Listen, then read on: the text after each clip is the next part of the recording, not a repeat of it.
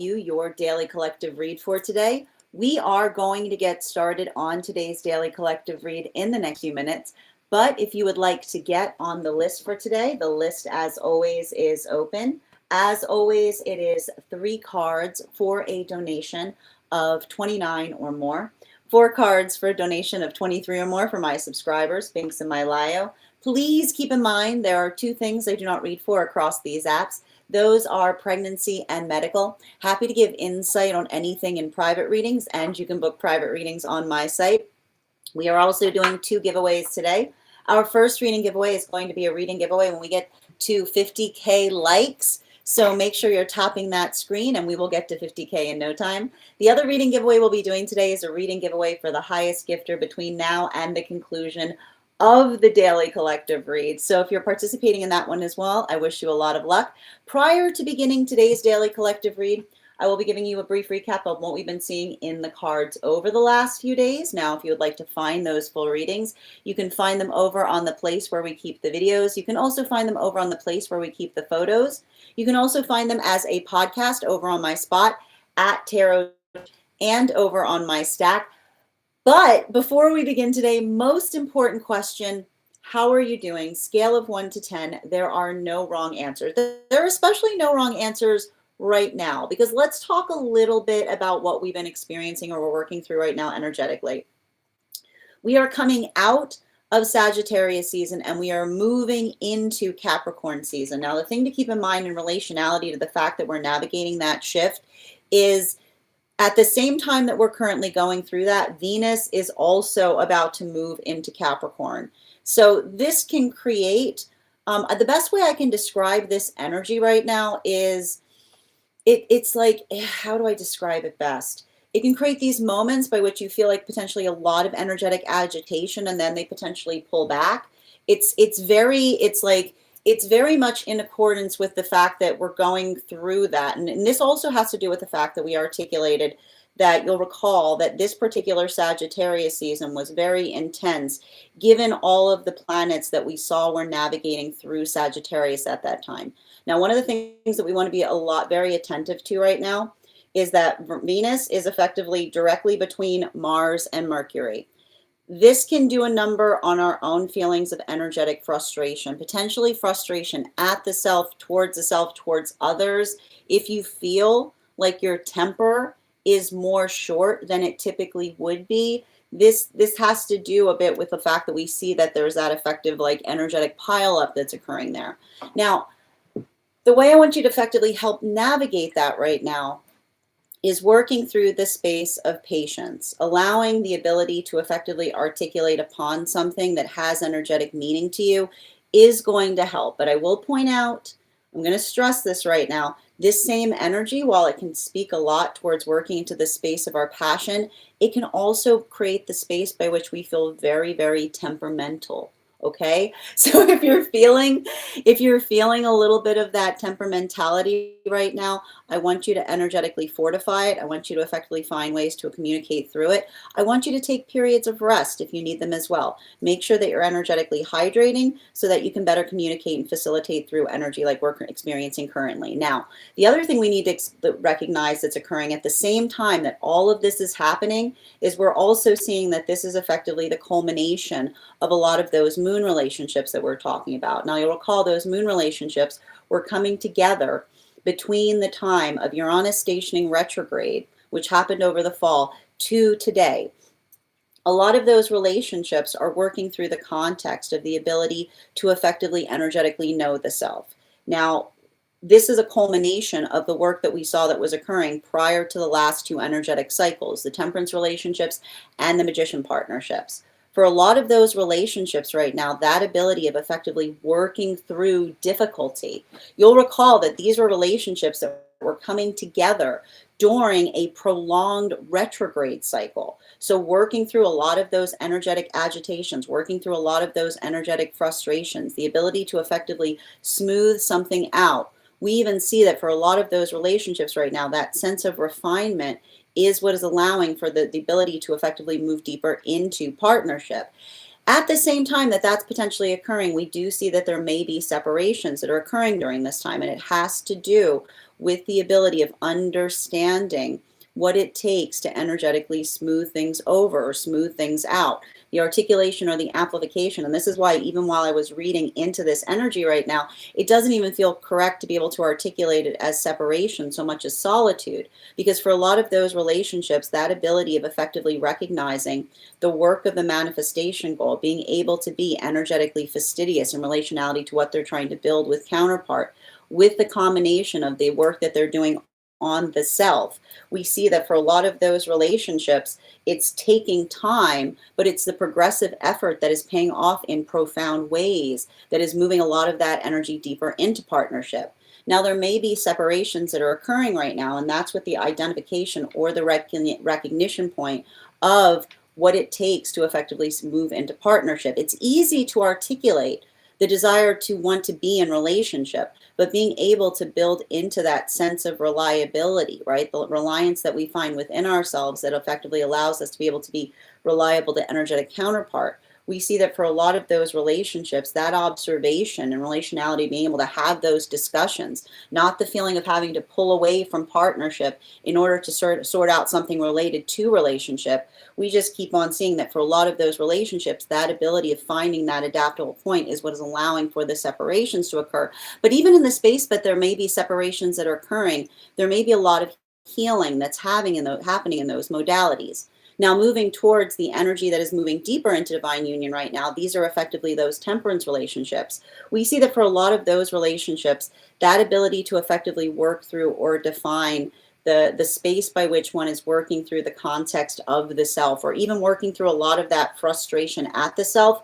The thing that we kept on seeing that was happening, and I'm going to keep on articulating upon this, it's not that we're going through a Venus in retrograde cycle, but the proximity that we see that Venus has right now, effectively between Mercury and Mars, it can sometimes create that feeling of something that is similar to a Venus in retrograde cycle, which is being very energetically hard on the self, or potentially feeling like one has a distorted view of the self. So what we effectively see that's happening in a lot of those relationships is that ability to effectively identify or to support each other, to help each other build into the context of clarity, the clear mirror, as it were, that we were also seeing was happening for a lot of those moon relationships. It's allowing the ability to effectively find that solid ground, or to find that stability. But even now, it's potentially working through some of that frustration, or even working through that frustration in such a way that one is able to refine to counterpart how much it energetically means towards them. Now, this brings us to the magician relationships. And you'll recall that those magician relationships were the relationships that were coming together between the time of Mercury, of the solstice period that we had this summer, up until the time of Mercury and Venus stationing direct behind Neptune, which was happening around March. For these relationships right now, it's a continuation of working through the energetic frustration of what it means to move into a maturation cycle. And for a lot of those relationships, that ability to effectively articulate or to resolve or to work through something, being able to effectively define or refine what it is that they're trying to create together, it's potentially even feeling like there's something outside of relationship that feels akin to something energetically ridiculous occurring, because these are a lot of those relationships that are defining upon the ability to have clarifying conversations, being able to bring a lot of logic to the spaces by which they're articulating how much they've energetically grown. And if these are modalities or experiences by which they're feeling that space where they're able to identify how much of that healing is effectively changing their own perspective upon things, I keep on seeing that working through those modalities or experiences, trying to articulate to another person how much one has changed, or how much one has grown, it's allowing for a lot of that adaptability to occur, and it's allowing for a lot of those new conversations to be had, but at the same time, potentially resolving upon something that one is energetically moving away from. And that's not easy. We keep on seeing that for a lot of those relationships, working through a lot of that frustration, it's potentially even the experience by which the counterpart is almost like, I want to say it's almost like the counterpart is having to facilitate being in the position of the conversations that they wish that they could have with another person. That this is often something that we experience when we're having that sense of the maturation path work, right? It's the observation of the energy that is effectively finding that logical basis that is effectively fortifying them as they continue to grow and work through those experiences. Now, that is where we find all of the energy prior to beginning today's daily collective read. But if you'd like to find that full reading, you can find it over on the place where we keep the videos. You can also find it over on the place where we keep the photos. You can also find it as a podcast over on my spot at Tarot Church and over on my stack. Speaking of which, I would like to invite you over to my stack to learn more about a very special retreat that we'll be having in August. We will be traveling to Italy to be able to study the tarot and the place by which the tarot was originally discovered, while we're also sharpening our tarot skills. If you're interested in learning more about that retreat, you can find it over on my stack. I also will be able to invite you over there as well to learn more about the next class that we'll be studying. We just had, for anyone who missed our recent tarot class, the judgment class is now available to paid stack subscribers. And our next class will be happening on January 15th at 6 p.m. PST, 9 p.m. Eastern. We will be continuing our studies into the tarot with a focus on the world card. If you'd like to become a part of that tarot class program, all you need to do is head on over to my stack and become a paid subscriber. Your paid subscription to my stack is your ticket of entry into our live classes each and every month. You will also, as a monthly subscriber, have access to over 9 hours worth of material in the Tarot Church Library class archive. Now, it's not necessary to catch up. I'll be doing my best to give you an update on everything we've studied prior to beginning the next class, but the material is there for you to receive as you're ready to receive it. You'll also, and if you become a founding member, not only will you receive a discount on the whole year's worth of classes, but you'll also have access to over 20 hours worth of material in the Stack Library Archive and the option of receiving a complimentary one-on-one mentorship class with me, where I will meet with you personally to assess where you are on your own personal tarot journey and give you the best insights in terms of how to utilize those classes to the best of your advantage, moving towards your tarot goals going forward. One of the things I tried to do in these classes was make them accessible to the absolute novice tarot reader as well as the seasoned reader. There's definitely something there for everyone. Don't let your lack of experience or your robust experience prevent you from joining us in these classes. And even if you don't become a paid subscriber to my stack, I would encourage you to follow me there to stay up to date on any new offerings or services. I also post my Mystic Meditation articles there, which give you updates on everything we've been studying or finding energetically. I just wrote one recently on this very intense new moon that we just navigated. I also want to let you guys know that on top of my standard life path readings, I also offer mentorship classes. These are for any of my students seeking a more personalized educational experience with me. I take a very limited number of students for this reason, as those classes are focused on each individual's personal spiritual goals and journey work. Those classes can be purchased on an individual level or as a monthly class series, weekly or bi-weekly, as your schedule permits. Also, for my students that are seeking more consistent weekly tarot support, I'm very happy to offer weekly tarot insight packages. That is a package of 4 30-minute readings, again, weekly or bi-weekly, as your schedule permits, so that you can stay more consistent on your personal journey. I'm also very happy to now offer dream interpretation readings, which you can purchase per dream or as a series.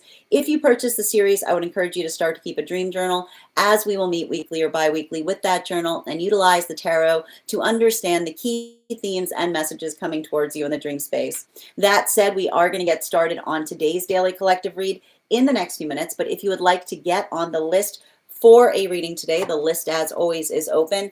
As always, it is 3 cards for a donation of $29 or more, 4 cards for a donation of $23 or more for my subscribers, being semi-lio. Please keep in mind there are 2 things I don't read for across these apps: pregnancy and medical. Happy to give insight on anything in private readings, and you can book private readings on my site. I'm going to take a few moments to read over some of the comments that came through as I was reading. We are also at 2K likes. When we get to 50K, I will be gifting that reading back to the collective. So thank you guys so much for tapping that screen. I encourage you to continue to do so.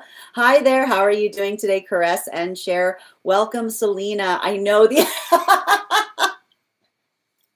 I know the energy is insane right now, but we can expect this. We're shifting into Capricorn season, and there's still a lot of planetary activity that we see is happening on the side of Sagittarius. So making sure, like I said, not allowing the emotions to get the better of you, being able to effectively feel your feelings, but communicate from a place of energy, having logic-driven conversations is going to be very helpful right now. Oh, thank you so much for the compliment, dear. And Angie, good to see you as well. 10 energy is wild. How are you doing? Grand Rising Mini. Excellent. Good to see you as well. And Intertwine, thank you for joining us. How are you doing today, Heather? Hope you're having a beautiful day.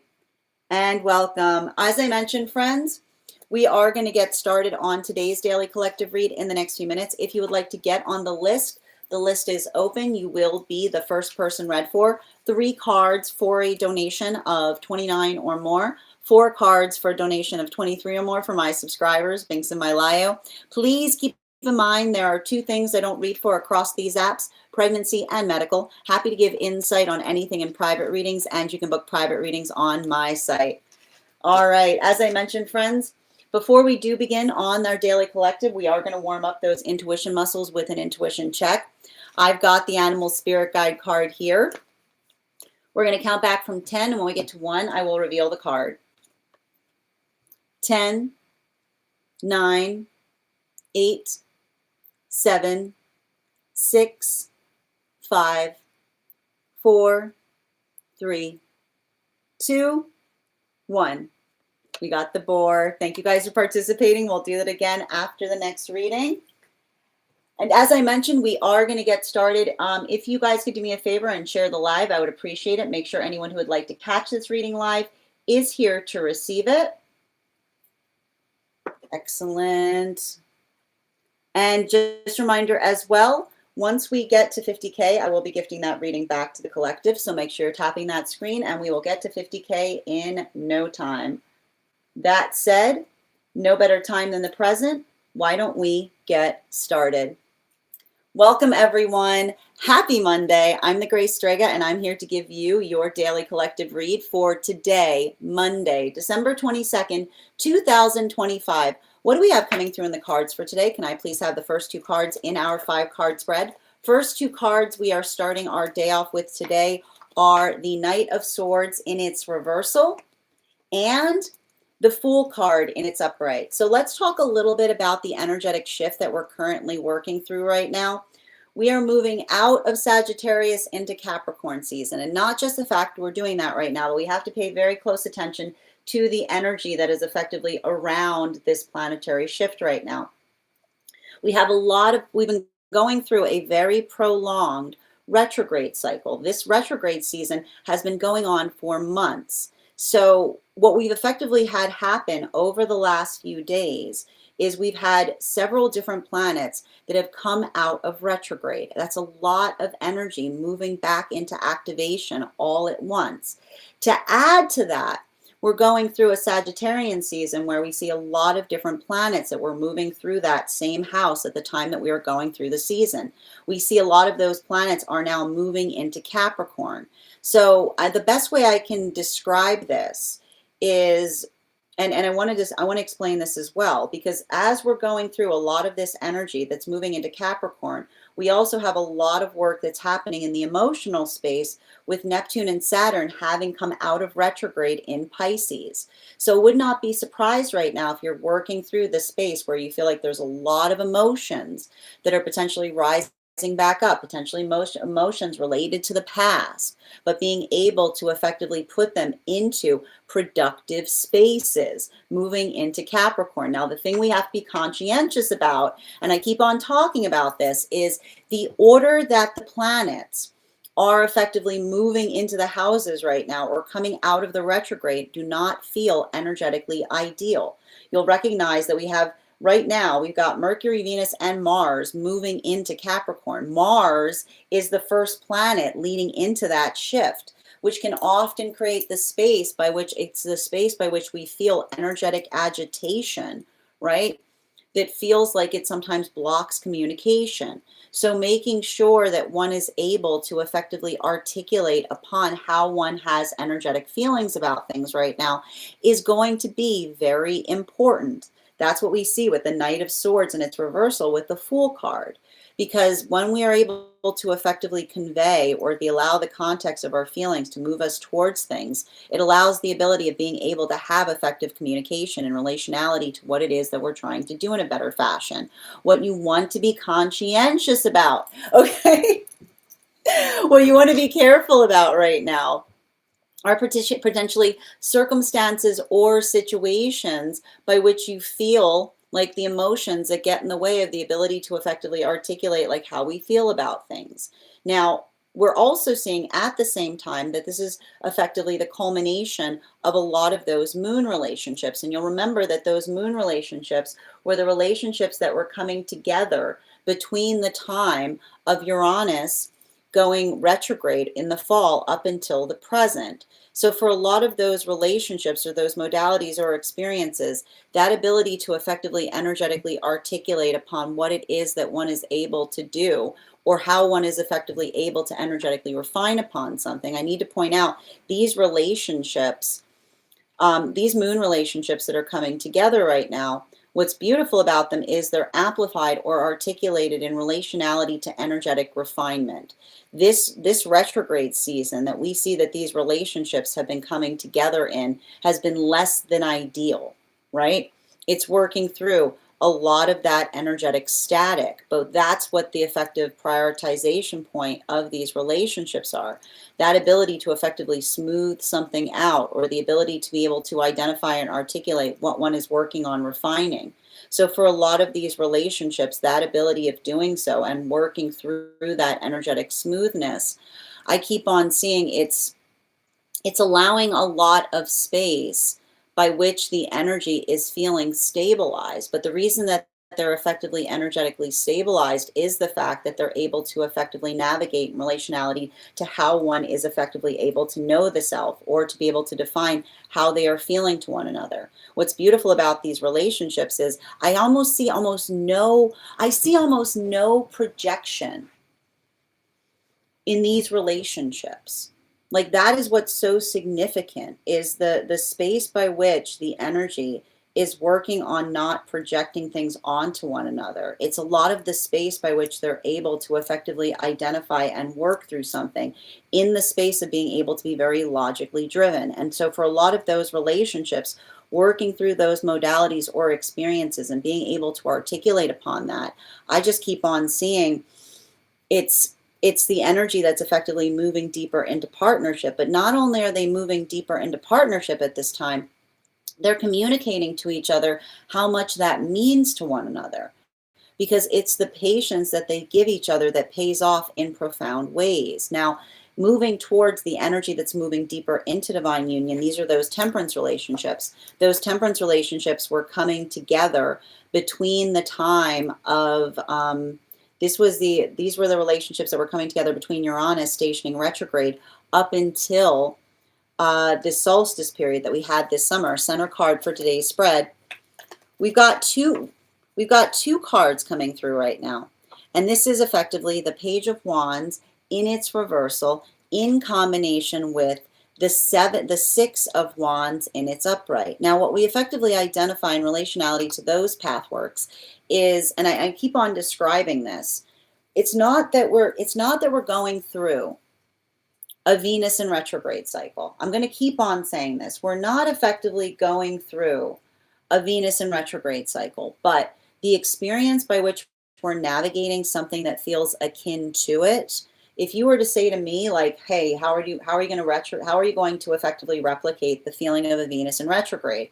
I'm like, okay, stick Mercury and Mars, stick Venus between Mercury and Mars, right? Working through those modalities or experiences. And even in this space, I want to point this out, even in the space by which we see that Venus is moving out of Sagittarius into Capricorn, it can often work through it's working through the feeling of not feeling the energetic best of the self, right? It's working through those modalities or experiences by which our distortion or the perception of the self sometimes feels like it's energetically distorted.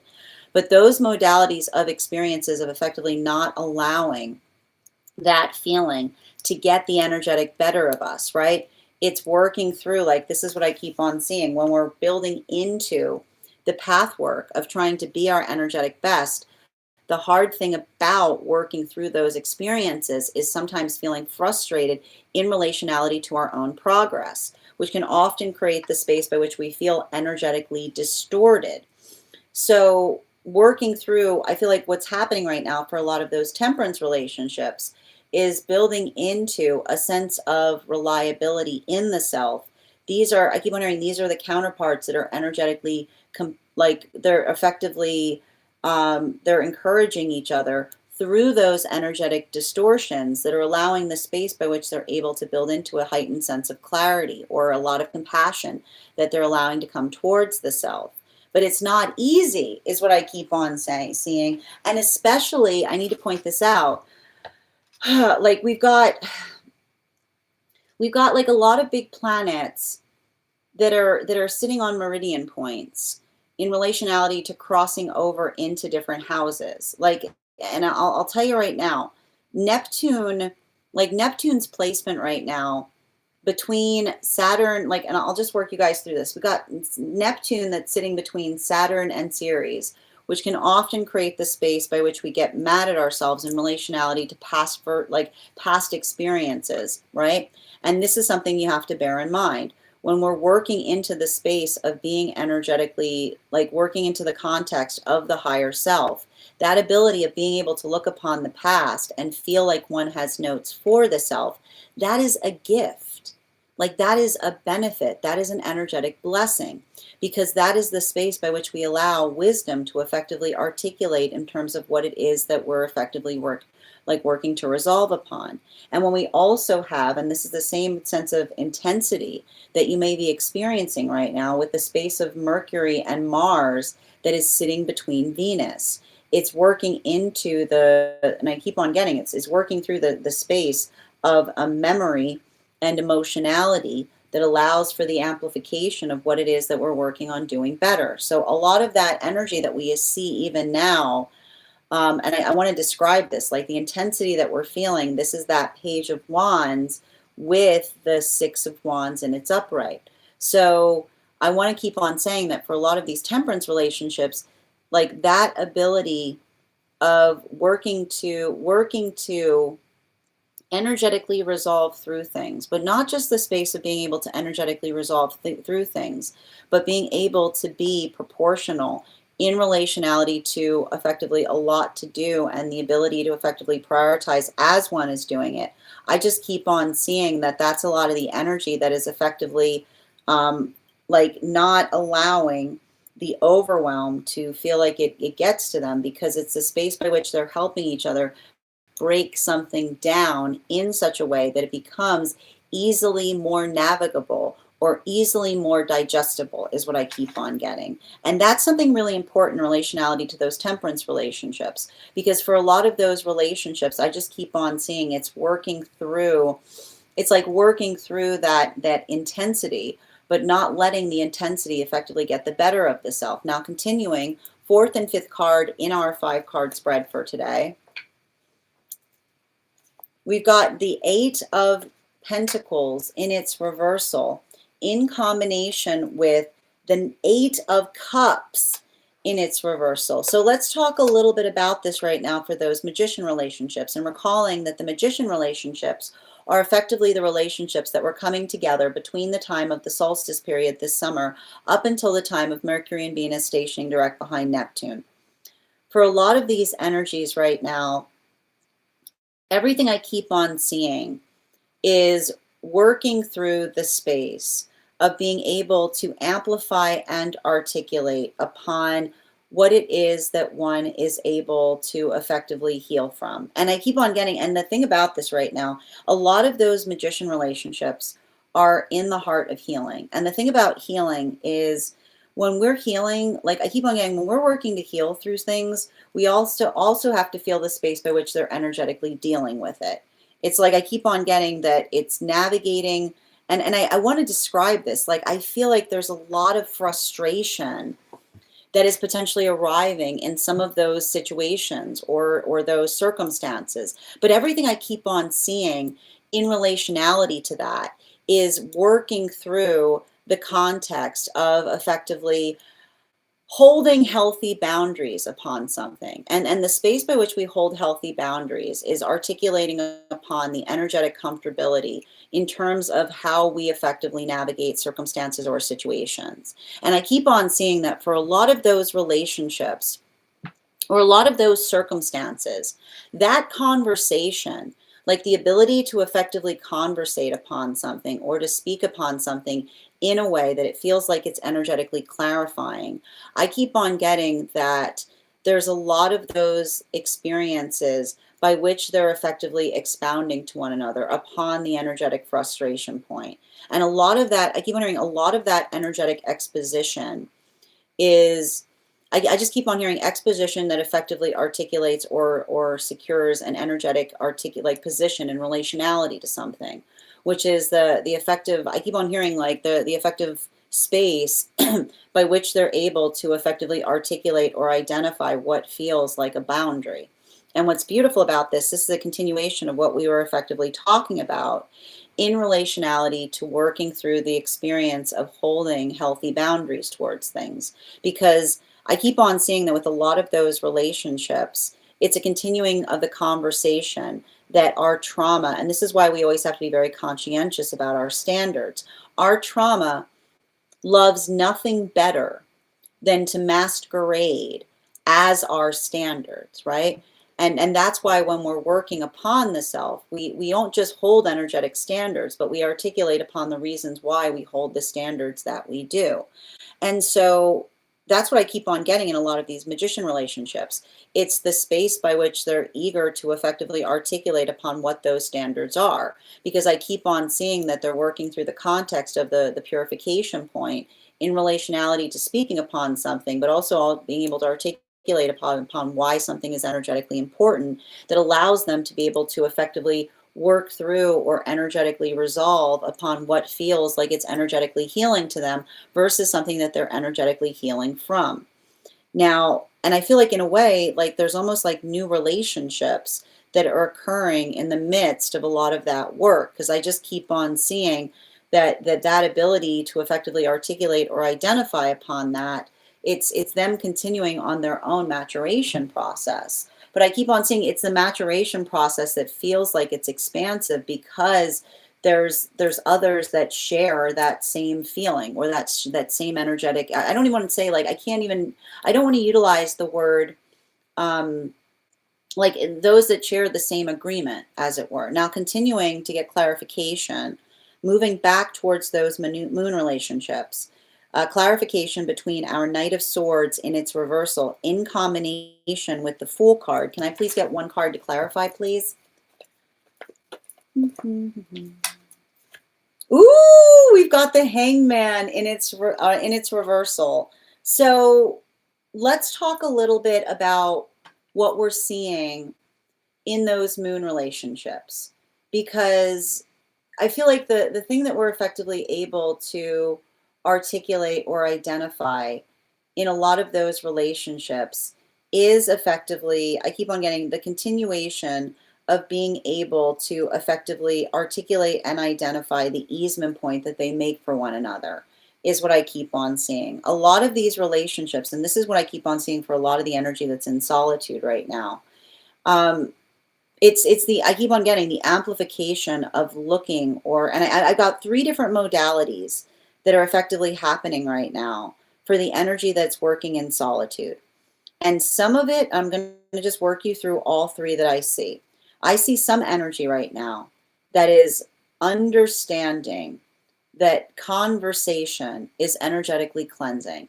The space by which you can effectively articulate upon something allows the modality by which work can be effectively found or had there. And so I keep on seeing that for a lot of these energies that are working in solitude right now, that ability of talking through their energetic feelings. I keep on getting the feelings, and even in the space, like I want to point this out with Knight of Swords there.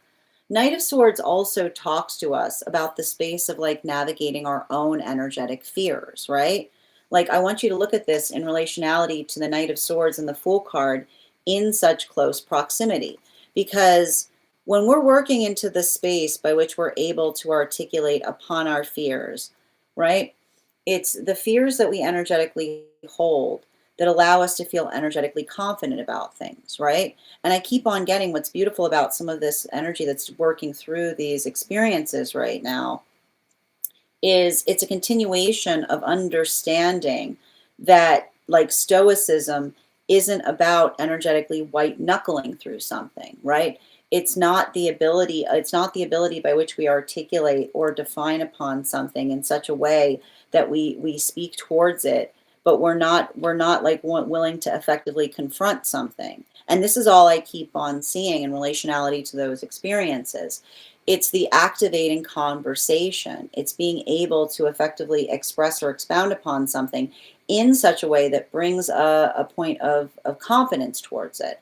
So I think that there's something really, I feel like there's something really important there that we're seeing for a lot of the energy right now in solitude, because I'm either seeing modalities or experiences by which there are relationships that are coming together right now. And I keep on getting the modality by which they're coming together has to do with the amplification of gratitude that they're holding towards one another. And a lot of that gratitude that we're effectively seeing is a continuation of being able to identify or articulate to another the energetic relief that they feel in the space of being able to be vulnerable towards one another. But I keep on hearing like the vulnerability that feels like it finds a safe place, because it's the space by which we're able to effectively articulate upon how much we mean to one another. And so I keep on getting that that's what I keep on getting in relationality to those relationships that are moving deeper into partnership right now. It's that fortifying conversation that allows for the amplification of gratitude in terms of being energetically patient towards one another. Now, at the same time, I see separations that are occurring in relationality to another person articulating or expounding upon their own sense of energetic readiness. And what we see with a lot of those relationships is those modalities or those experiences by which another person effectively explains to another. And I keep on getting this because this is a continuation of everything we keep on reading for every time Saturn comes out of retrograde in Pisces and starts to move back into Aries. Feelings don't effectively fix things, right? Emotions can sometimes feel like they become a burden unless the emotions have directions attached to them. So that ability of effectively articulating and being able to have those experiences by which another person is able to not just express how they feel, but also the ability of having the energy that feels like the emotions that work through directions. This often articulates how much work we've done within the self, right? Because if not, our emotions often feel like they're energetic projections, right? They push others away. So I feel like that's what's happening for a lot of those energies that are working through the context of healing from separation, because I can almost see some energy in solitude working through the space by which, and this is why often when another person comes towards us and says like, I'm ready to talk about my feelings, the gift of another person articulating upon their feelings doesn't feel like it heals something. It can sometimes feel like it causes more of an energetic burden to the self, because I keep on seeing that for a lot of those relationships, the ability to identify that a relationship is not something that requires breaks, right? It doesn't require us to effectively walk away from a relationship in order to facilitate the continuation of it. I keep on seeing that this is a lot of the energy that is working through that lesson as they continue to heal in solitude. And it's a lot of, I keep on getting, for a lot of those relationships, being able to identify and articulate the nature of that.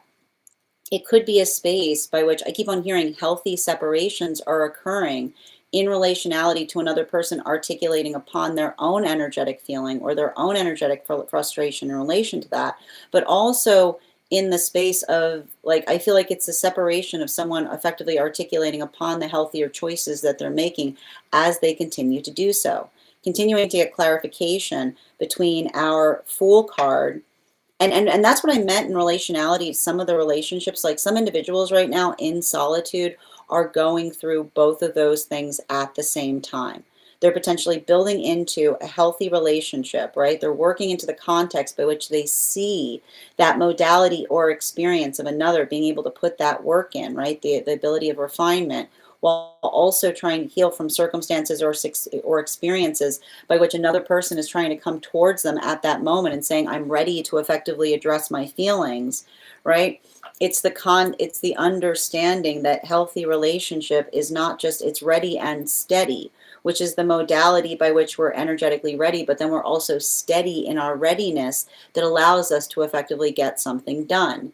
Now, bringing us closer towards those temperance relationships right now, clarification between the Fool card, the Six of Wands, and the Page of Wands in its reversal. Can I get one card to clarify, please? We've got here the Two of Wands in its upright. Now let's talk a little bit about this Two of Wands that we're seeing, because for the Two of Wands in its upright, how do I describe this best? I feel like for a lot of those temperance relationships, the ability to effectively articulate to one another, and I keep on getting this, like there are so many wands here that we see that are occurring in these temperance relationships. That is a continuation of what we effectively identify that requires or allows for the context of healthy communication. And I just keep on seeing that for a lot of those relationships, that ability of finding healthy communication or working through the context of healthy communication, I feel like that is what is so, like, this is why those temperance relationships are able to find so much durability even while they were going through a lot of those retrograde seasons, because that ability of effectively being able to articulate, like the significant point that we see, and I want to point this out, the main priority that we see that's happening right now in these moon relationships that are potentially coming together is a lack of energetic projection. What's happened for those temperance relationships was a lack of harboring, right? Not necessarily the space by which they hold on to something, but something that they're effectively able to communicate to one another that allows them to resolve it like just as quickly, is what I keep on seeing. Like any frustration that comes through, they immediately work to heal it. So there's a little bit of that work that we see that's happening in those temperance relationships. And I think that one of the things that's beautiful about it is it's the understanding that they're not always energetically perfect with it, right? It's the identification point in terms of working to heal something, but not just working to heal something, the adaptability of being able to articulate to each other exactly what they mean to do, or exactly how they're trying to do something better. I keep on seeing that for a lot of those relationships, it feels profound, and a lot of that feeling of energetic profoundness is the understanding that they work for things to be profound between them, is what I keep on seeing. They effectively facilitate or work very tirelessly to try to create profound experiences, which is the modality by which they are patient with each other and they give each other the time to be able to do something in a way that feels energetically, I keep on hearing, like, that feels like it creates a lot of that, like a lot of that possibility, is what I keep on seeing. And there's something really important that I keep on seeing in relationality to a lot of that energy, because there's something I keep on seeing in relationality to that is working through, like I keep on getting that for a lot of those relationships or a lot of those situations or circumstances, that ability of effectively articulating to each other or working into the context of helping each other through something, I just keep on seeing it's allowing for a lot of those modalities by which they're able to effectively articulate the enormity of something that they're going through, but not just I keep wondering, not just the enormity of something that they're going through, but being able to articulate upon how much they mean to one another. Now, continuing to get clarification between the Six of Wands in its upright, the Page of Wands in its reversal, and the Seven of Pentacles in its reversal. Can I get one card to clarify, please? We've got the Three of Swords in its upright. So let's talk a little bit about that Three of Sword energy, because the Three of Sword energy that we're effectively seeing that's coming through right now, and this is speaking towards those magician relationships, The thing that we see with a lot of those magician relationships is working through the energetic frustration of the self. And I want to continue this too, because remember, we were seeing this heavily with those temperance relationships. Um, I feel like I keep on seeing that a lot of those magician relationships are going through a lot of those experiences by which they're articulating or they're working to scrutinize upon something. And the reason I keep on seeing that they're effectively scrutinizing upon something is I keep on hearing they're scrutinizing upon the self, is what I keep on getting, right? They're working through something in such a way that they're trying to articulate upon whether there's something different that they themselves could be doing. And that's why I keep on getting that for a lot of those relationships, that ability of effectively being patient with one another. I keep on getting that those relationships are working through the space of not only feeling the energetic frustration point that they often experience or they navigate, but they're also able to articulate to each other the feeling of energetic frustration that they effectively share. And I keep on getting that for a lot of those relationships or a lot of those conversations that they're effectively having, that ability of effectively talking to each other through those modalities is like I keep on seeing like it's working something out, but working something out in such a way that it feels like they're not like it's like them putting their effective like it's like them putting their effective boundaries down, but I keep wondering they're putting their boundaries down in the same place is what I keep on seeing. It's like it's a continuation point of the energy that almost articulates to one another that says that if there was something that they could be doing differently, right, that they would effectively do it. But it's a reamplification, and especially with these double eights in its reversal, like this is what we see with the double eights in its reversal. It's working through those modalities or experiences by which sometimes you just have to be patient. Yep, clarification with the three of pentacles. So, and I need to point this out. If you are a tarot nerd, like if you are a tarot nerd, this is exactly what we're effectively talking about here. Because did you see this? We've got the Eight of Pentacles in its reversal with the Eight of Cups in its reversal, right?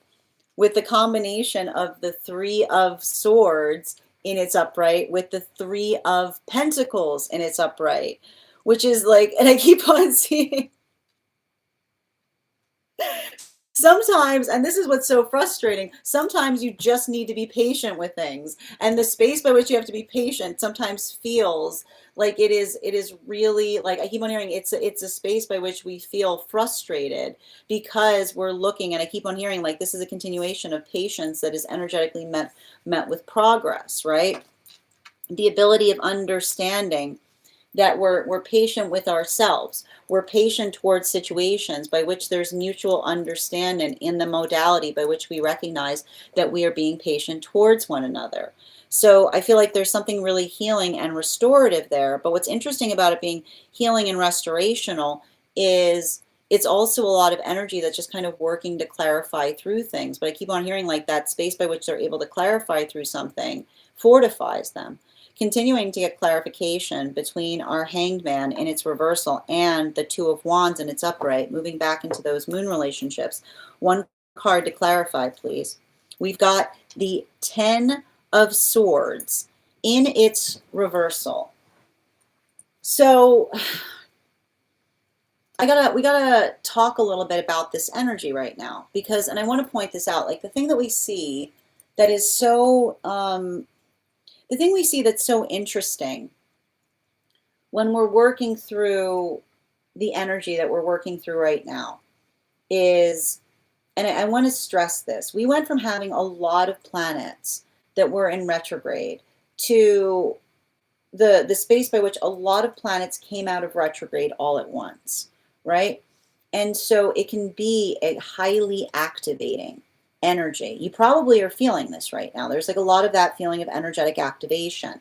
But the ability of kind of working through the energetic activation so that it doesn't necessarily trigger you, but allows the ability by which one absorbs and like absorbs but doesn't like observes but doesn't absorb, right? Like the modality by which we work through something, right? And we take that modality of patience upon something to allow the context by which we're able to effectively work something out. I keep on seeing like the one thing that you have to be mindful of is working through the fact that the energy itself right now is highly triggering. And the modality by which we feel highly triggered, but we don't allow the context of being triggered. We're observant upon things that trigger us, and we're able to effectively communicate upon them. I keep on seeing that for a lot of that energy, it's like it's working through. I even see like these moon relationships are potentially having conversations in terms of how to navigate triggers more effectively. And I want to point this out. This is either the space by which energy and solitude is working through that, right? Like identifying the space of feeling energetically triggered, but then being able to articulate upon what triggers the self rather than allowing the effective trigger to effectively act as a hurdle in communication. So I feel like that's something that's very, I feel like that's something that's very important there that's happening. And that's what I mean because, and I want to say this, um, and that's what I meant about this being like a time of energetic shifting. Um, there are potentially conversations that another individual, like someone's having right now in terms of working towards manifestation goals. Because again, it's a conversation that says if you're moving towards a manifestation goal, like prepare to be energetically triggered, right? Because it's the space by which one understands that we move in accordance to what it is that we're working towards, right? And the space by which we feel energetically frustrated upon something, it's the frustration that effectively informs us. So I feel like there's something valuable in that context because that's effectively the conversation that I hear those moon relationships are having. The frustration that informs us because it articulates upon the things that we energetically care about is what I keep on seeing. And that is either the energy that is doing that, like that is the energy that is working right now in solitude by building into the space by which they're feeling compassionate for the self, or they're having that conversation as they move deeper into partnership. Now, moving towards the temperance relationships, clarification between our Two of Wands in combination with our Three of Swords in its upright. Can I get one card to clarify, please? Clarification coming through right now with the Page of Pentacles in its reversal. Now, let's talk a little bit about the Page of Pentacles in its reversal, because the Page of Pentacles in its reversal in combination with the Page of Wands that is in its reversal, and these are all moving through the center of the spread right now. The conversation that we often have in relationality or in proportionality to the space by which we effectively articulate or care for one another is what I keep on seeing. And that's what I keep on seeing in relation to a lot of those temperance relationships right now. Because I feel like for a lot of those temperance relationships, you'll recall that I articulated that the prioritization point of those relationships is everything is possible so long as the work is mutual. But the thing I keep on seeing in relationality to that is for some of those temperance relationships right now, and I'll keep them on Neptune and Saturn, like in Pisces, moving into Aries can bring up a lot of old wounds. It can bring up a lot of old anxieties. It can bring up a lot of those experiences by which we feel energetic tenderness. And I also need to point out this is not helped with the fact that Jupiter is retrograding in Cancer right now, because it can sometimes speak towards the experience by which we get frustrated at ourselves because we don't feel like we're changing at the rate that we would aspire to change. But that's the thing that's beautiful about being able to track the journey of our own energetic progress, right? Like that's the funny thing about it. We're always upset at ourselves And that's usually the sign that we're doing it right. Is what I keep on getting. Like the space by which we're upset at our own energetic progress is the modality by which we recognize how much compassion that we have for ourselves, or working towards a space by which we understand. It's like how much we understand the energetic pressure that we put upon ourselves to heal in the modality of trying to move towards perfection. But it's a continuation of understanding that the journey of perfection is one that we have to hold ourselves gently as we're moving towards our perfect, right? And this is often why we talk about the space by which we understand that perfection is not a destination, right? It's a cardinal direction. And that when those that are often trying to heal from perfection wounds, right? Like the first thing that one has to understand is, how do you heal from a perfection wound? You start putting compassion on it, right? You have to put compassion on it, because it's the space by which one works towards perfect that allows one to energetically heal. Because when you are working through the space of trying to be perfect and you're reaching towards it, you often become exquisite. So I feel like that's a lot of the energy that is working through those modalities by which they're healing, by letting go of the pathwork of feeling the need to energetically compare, but building into, I keep on hearing like they're building into the space of effectively centering, like centering in the partnership. And I keep on hearing, even in the space by which they're centering in the partnership, it's helping them. I keep on hearing it's helping them with a lot of the intensity that we're feeling right now.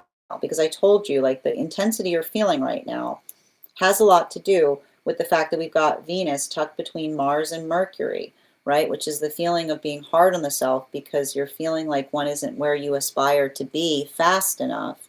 In the same modality by which we experience the fact that Neptune is tucked between Saturn and Ceres right now, which is often working through the space of memories, right? The memories that sometimes distort our own perception of the self. So if you're, and I feel like that's what the energy, like that's what the energy, the temperance relationships are doing right now for each other. They're reminding each other not to get over internalized upon things.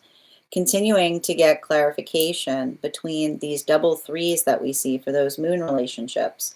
The Three of Swords in combination with the Three of Pentacles in its upright. Can I get one card to clarify, please?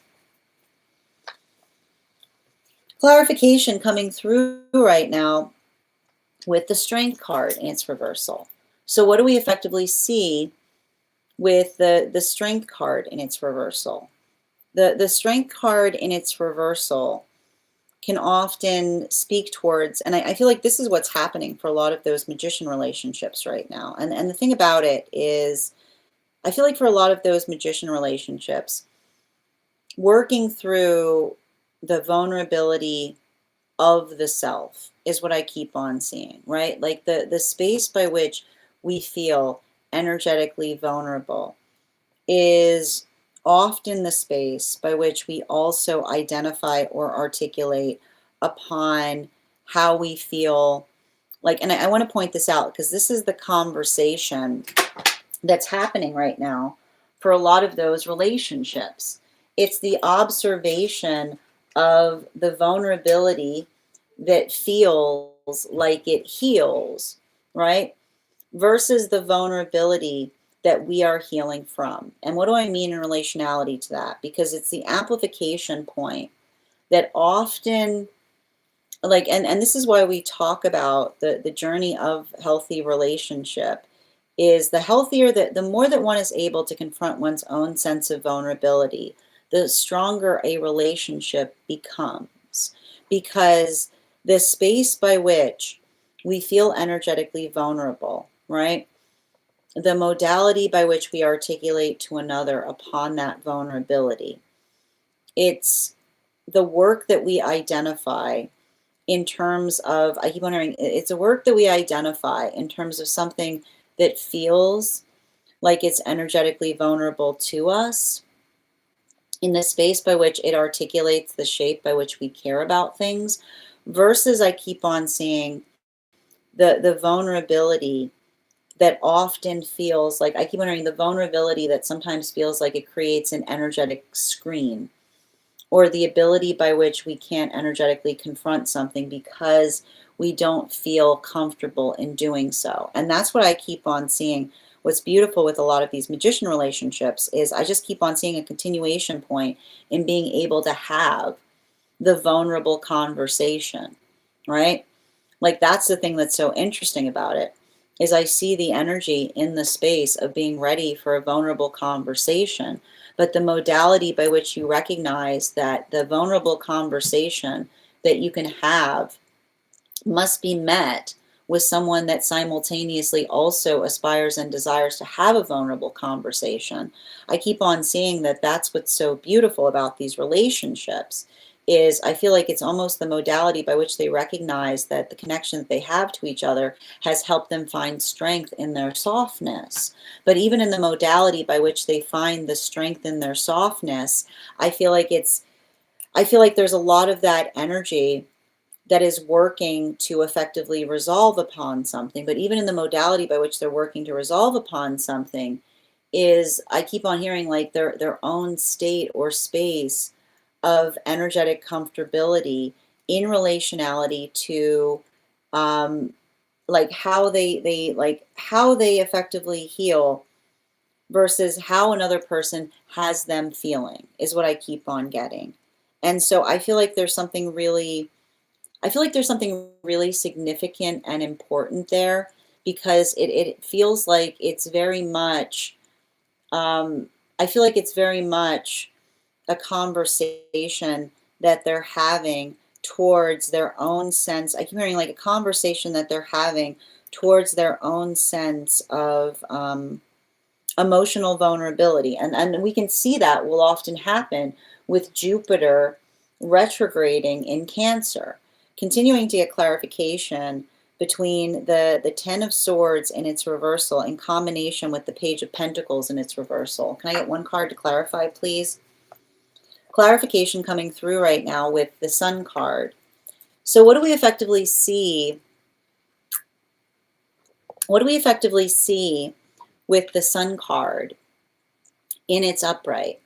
The Sun card in its upright walks us through or talks us through, and I feel like we're moving back into those moon relationships. The ability to effectively be able to focus upon and finding the energetic state of bliss. And I need to point this out. Like, this is the thing with, like, this is what I keep on seeing in relationality to the energy in solitude right now. So for a lot of those relationships, like, I feel like I see three different modalities right now that's happening for the energy that's in solitude.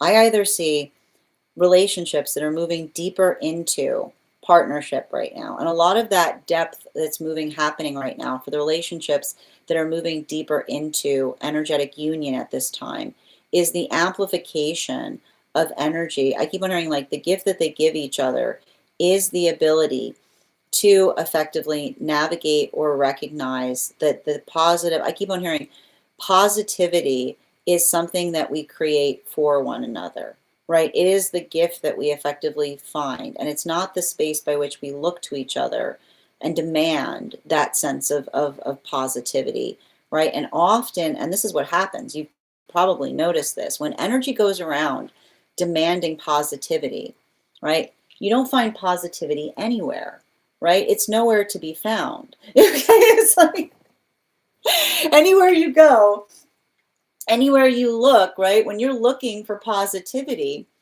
you don't find it. But when you answer the call, right, profound things happen, right? When you become the space by which the positivity can arrive, right? It's like we stop looking at each other and feeling that sense of provocation in terms of being like, why isn't this person bringing me like a sense of happiness? But rather the happiness that we share with those around us. It's like it's almost like the space by which we effectively understand that we answer that energetic call for positivity by responding to the need within ourselves, by arriving into the possibility of creating it for ourselves. So I feel like there's something really beautiful about that, because that's what I keep on seeing for a lot of the energy right now, reaching the culmination of these moon lessons, which is the observation. I either see energy right now that is in solitude. I've got three different modalities right now. I've got energy in solitude that feels like that feel like they have arrived into the space by which they understand the modality by which they're working to cultivate their own sense of bliss, right? That's why I keep on feeling like they're not looking to another to give that to them, right? I also see that there's energy right now that is moving into deeper relationship with another, with that same modality of articulating the relief that they feel with one another in the space by which they energetically prioritize and cultivate that in any way, shape, or form they can. I keep on seeing, even in the space, like that's what I meant with these relationships, having to go through this prolonged retrograde cycle, right? Like working through the retrograde, feeling a lot of the frustration, but then seeing each other effortlessly working to energetically resolve through a lot of those frustration points. And I also see that for a lot of those relationships right now, there may be some individuals in solitude that are potentially working to effectively heal or to effectively let go of a relationship by which they felt like they experienced harm due to the modality or the experience of another person potentially articulating upon the fact that they felt like, I keep on hearing like the trigger, right? Like the space by which another person potentially articulated the fact that they desired to be in relationship, but then the experience by which one navigated the space of another who gets too triggered to be in one, right? The separation point by which another person feels that they need to take an energetic break from relationship, that can often articulate the fact that they're not necessarily in the modality by which they're navigating the sustainability of those experiences. So I keep on seeing that for a lot of those relationships, working through or defining upon that, it's allowing, I feel like it's allowing for a lot of positivity to emerge. It's allowing for a lot of clarity. But even in the modality by which the energy is working through that space of clarity, I keep on seeing it feels much like the space by which the energy is building into that viability point. I keep on hearing the viability that's occurring in those relationships is the energy that effectively knows the self enough to be able to identify and articulate to each other the full expanse of how they effectively mean towards one another. So I keep on getting that this is either a modality by which energy is in separation, and they're almost articulating upon the fact that they're finding that steady and readiness point for themselves in order to facilitate healthy relationship, or these are effectively situations by which another person is articulating to another the modality by which they're stating that a healthy relationship is not one that is effectively demarcated with the need to effectively take breaks from it, thereby healing their own energetic relationship to relate healthy relationships. And there are potentially some energies right now that are working through that, both of those things at the same time, right? That's the intensity. Like that is the intensity that we see right now in the modality of Venus between Mars and Mercury, while at the same time we've got Neptune between Saturn and Ceres. Continuing to get clarification for those temperance relationships, clarification between the Page of Pentacles in its reversal and the Strength card in its reversal. Can I get one card to clarify, please? Clarification coming through right now with our Temperance card in its upright. So let's talk a little bit about that Temperance in its upright, because the Temperance card in its upright in relationality to the Magician relationships. The thing I keep on seeing with those Magician relationships is they're effectively working on the space by which they navigate what feels like it's energetically healing. And I keep on seeing that for a lot of those relationships, that ability to effectively articulate or identify the nature by which they are working to energetically resolve upon something, I just keep on seeing that for a lot of those relationships, that ability of effectively, and I need to point this out, like the Sun card with the Temperance relationship here is I want to describe it as working through the context of having big energetic feelings about something, but not just having big energetic feelings about something, but working into the nature of the emotions that we bring towards things. Because I keep on seeing that with a lot of that energy of the Sun and Temperance card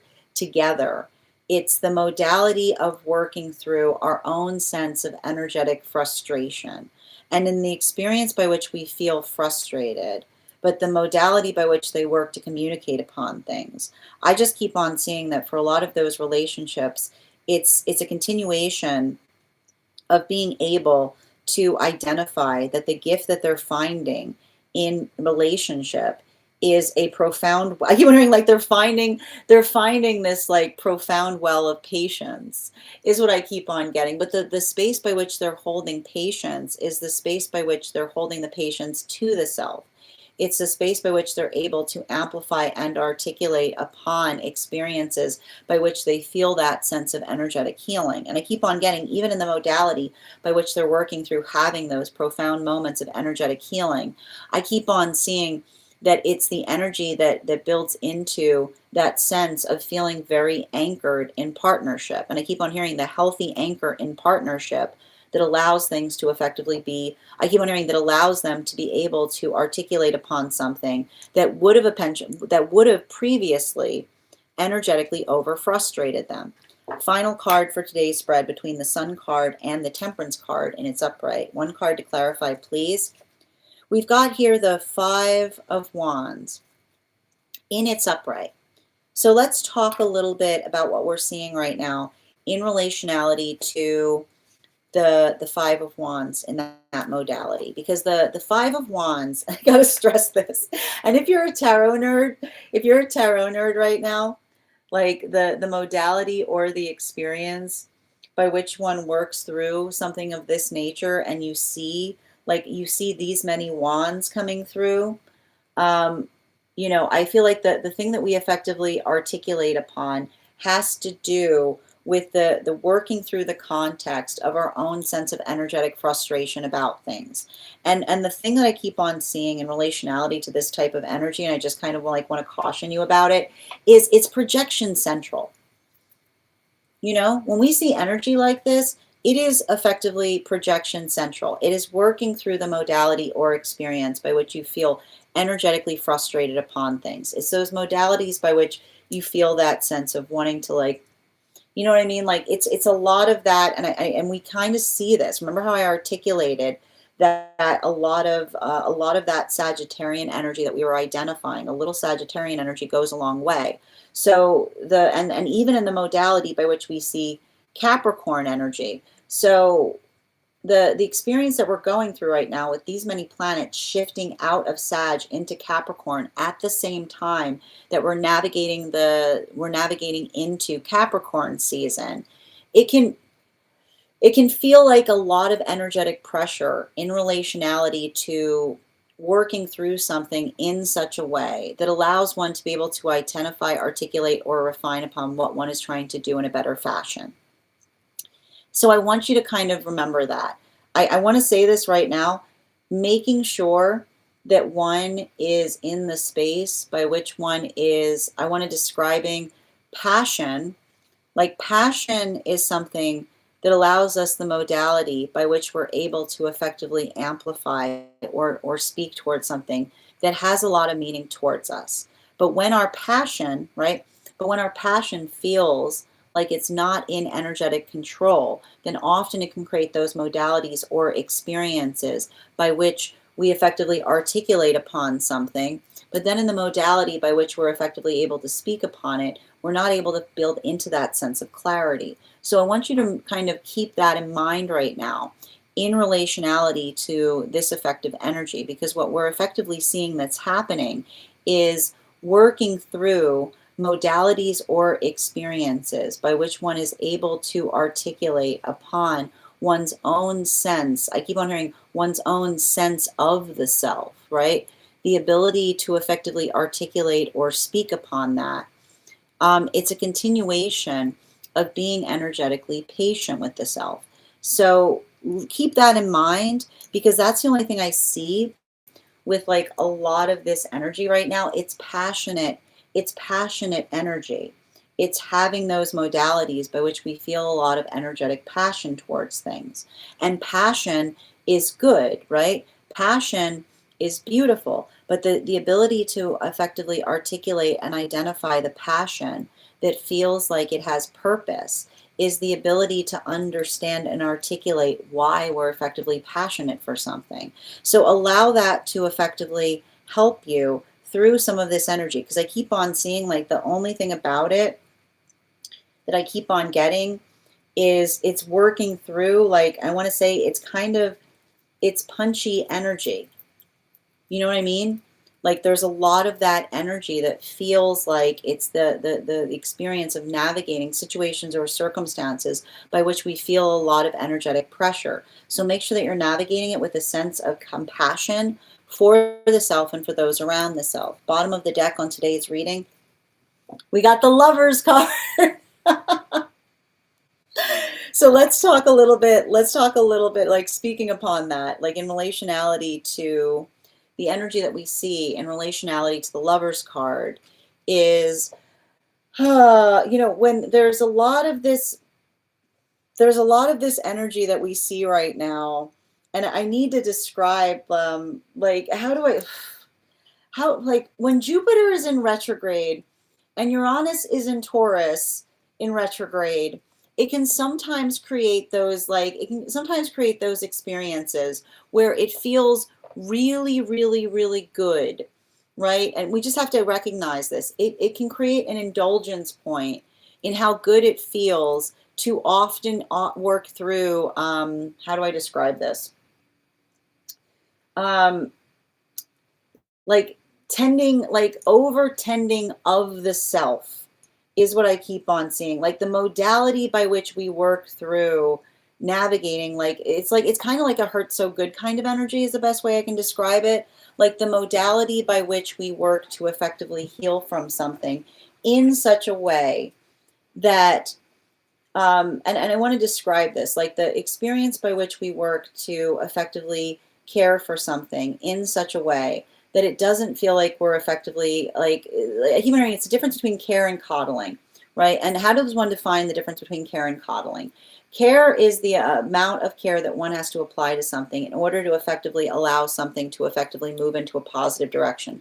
Coddling is when we build into the indulgence point in recognizing that there's something integral in all of us that loves being cared for. You know what I mean? Like, they're just like, it's like, ooh, it just loves being cared for in that way. So just make sure, like, and that's what I mean. Like, this is what we have to be very conscientious about in relationality to Jupiter in Cancer in retrograde, right? It's working through the space by which we're navigating our own energetic feelings, but in such a way that allows the ability to be able to find into that point that feels like it's an energetic balance, right? So working towards healthy harmony. So make sure that you're, like I keep on hearing, like, make sure that you're working through something in a way that feels like it's energetically harmonic. And I keep on getting, like, the harmony that we work through is the space by which we understand and identify, like what that feels like within ourselves that allows for the context of being energetically reciprocated. That is where we find, that is our daily collective read for today. And I want to thank you guys so much for being here and experiencing it. Just a reminder, if you would like to book a private reading with me, you can do so on my site. Please keep in mind, if you book a private reading with me, it is a 2-step process. You have to book the reading, you have to pay for the reading. Please make sure you do both if you'd like to have that reading. Most importantly, please remember that I will never, ever, ever, ever, ever, ever, ever, ever, ever reach out to you for a private reading. I will never DM you. I will never PM you. I will never slide into your inbox and tell you I have a very important message that only I can deliver. The only way you can book a reading with me is if you book one on my site. So I encourage you to do it there. A couple of updates before we move into personal readings today. First and foremost, I'd like to thank everyone who attended our recent class on the Judgment card. Our next class is going to be held on Thursday, January 15th at 6 p.m. PST, 9 p.m. Eastern. We'll be continuing our studies into the tarot with a focus on the World card. If you'd like to become a part of that tarot class program, all you need to do is head on over to my Stack and become a paid subscriber. Your paid subscription to my Stack is your ticket of entry into our live classes each and every month. You will also, as a paid subscriber, have access to as a monthly subscriber, have access to over 9 hours worth of material in the Tarot Church Library Class Archive.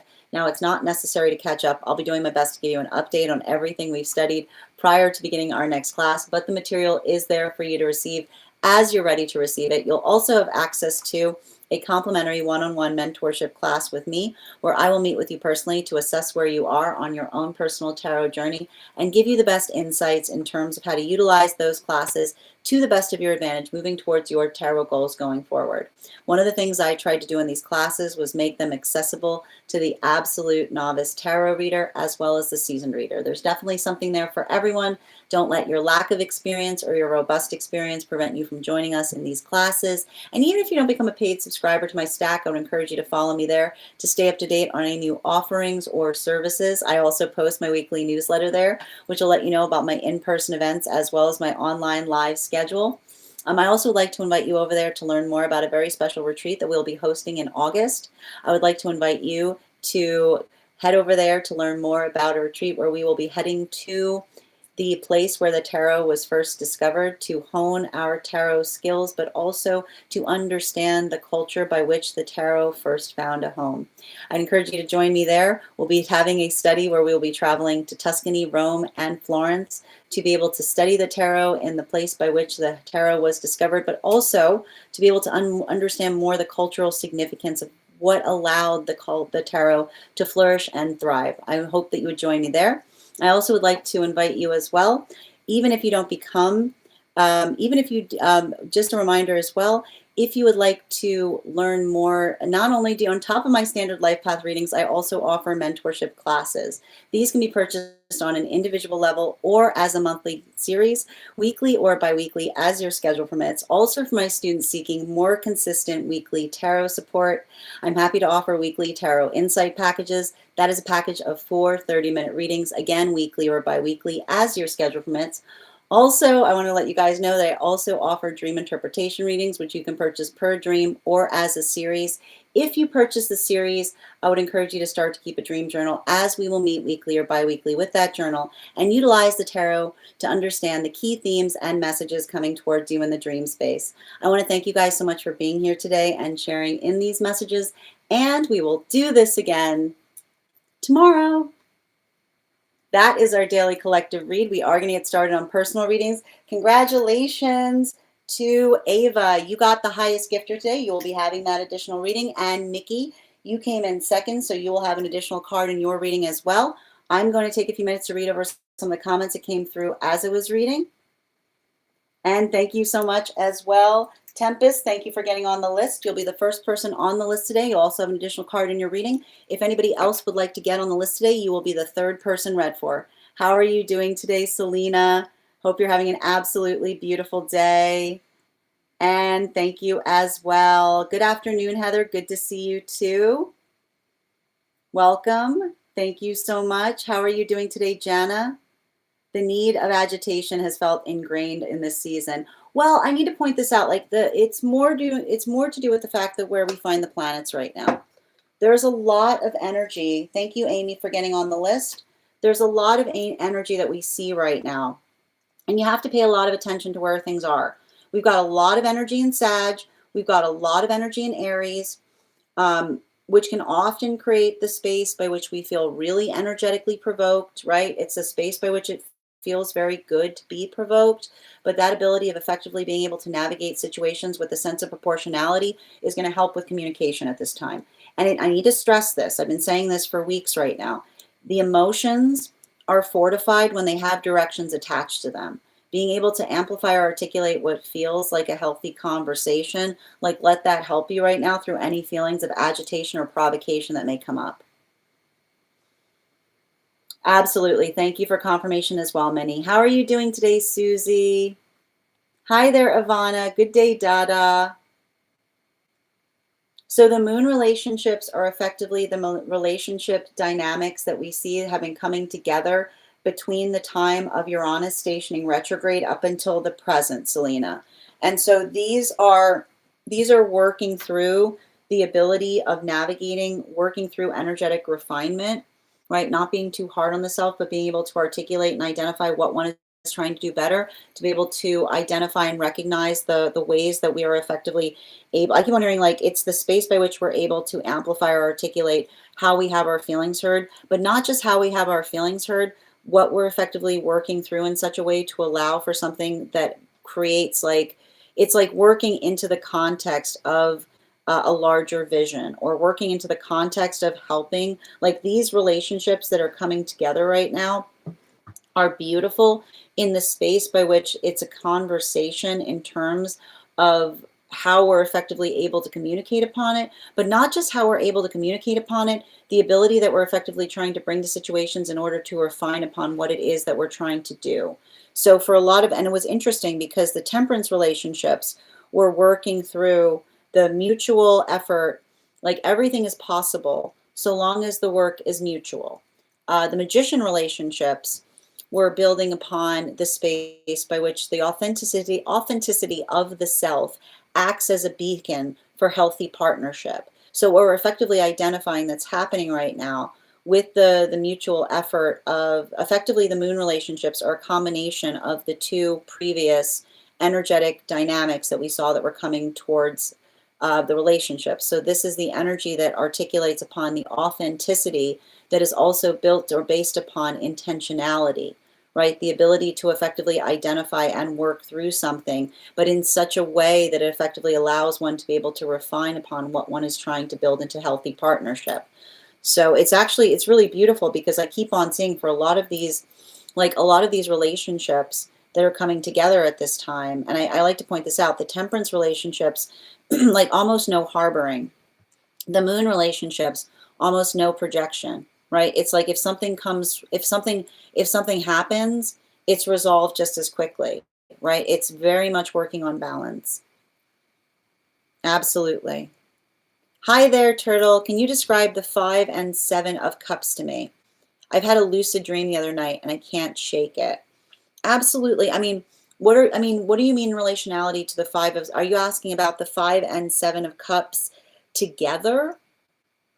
Because the 5 and 7 of the 7 of Cups is interesting because it has to do, I feel like those two cards in combination are allowing the context of not allowing oneself to be energetically overwhelmed by things, right? It's often like those two cards are very much amplified by the directionality of choice, or being able to feel fortified by our energetic choices.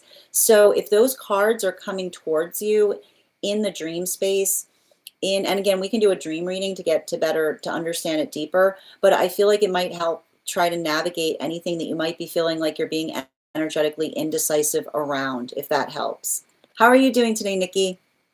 I would come into this the 3 of Swords, but I have to point this out. Like, I need to stress this. The 3 of Swords here has a 3 of Pentacles connected to it. So it's not necessarily a negative 3 of Swords, because the 3 of Swords with the 3 of Pentacles talks to us about like working into the context of our own sense of energetic stabilization. And I keep on hearing a lot of that stabilization is working through the space by which we feel energetically fortified upon something, if that helps.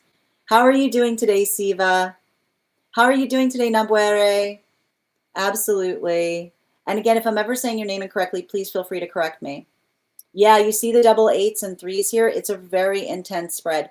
If you are someone who is very, very deep in terms of like interesting spreads from a tarot perspective, I would definitely encourage you to make sure that you take a look at today's spread because it's really beautiful. And thank you, Bear Dog, for the follow. Tempest, thank you for sharing the live. Always appreciate when you guys share the live. And thank you as well. How are you doing today, Padak? And good afternoon, Avatar. Good to see you as well. Hold on a minute. Let me just go ahead and mute and block this person. Thank you. Apologies for the individual. Guys, please remember, if someone's asking you for their cash, you should not do that. I thought self-care was on. Yeah, thank you as well, Faith, for being here and receiving these messages. Thank you for the follow, Get. Thank you as well, Ava. All right, my friends, we're going to continue right now. The first person on the list for today is Tempest. Tempest, if you're here, can you respond in all caps? Let me know if you would like a general reading or if you have a specific question you would like me to answer. And if anybody else would like to get on the list today, it's an absolutely beautiful time to get on the list. You will be the 4th person read for. We're also at 28.7K likes. When we get to 50K, I will be gifting a reading back to the collective. So make sure you're tapping that screen and we'll get to 50K in no time. How are you doing, dear? Good to see you today. And we are doing a highest priority message for Tempest. Can I please get... And I've pinned up, before we continue right now, let's warm up those intuition muscles with an intuition check. I've got the animal spirit guide cards here. We're going to count back from 10, and when we get to 1, I will reveal the card. 10, 9, 8, 7, 6, 5, 4, 3, 2, 1. We got the swan. We'll do that again after the next reading. All right. And I've got Tempest here. We're doing highest priority guidance, please. Can I please get... Can I please get... And thank you for being the first person on the list. You'll have an additional card in your reading. Can I please get 4 cards for Tempest, highest priority? I'm doing well, dear. 1, 2, and 2 more, please.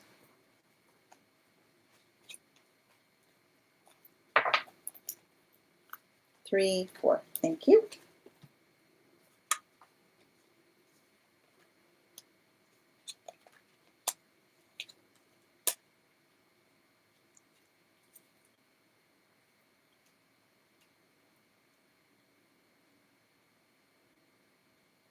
So I want you to I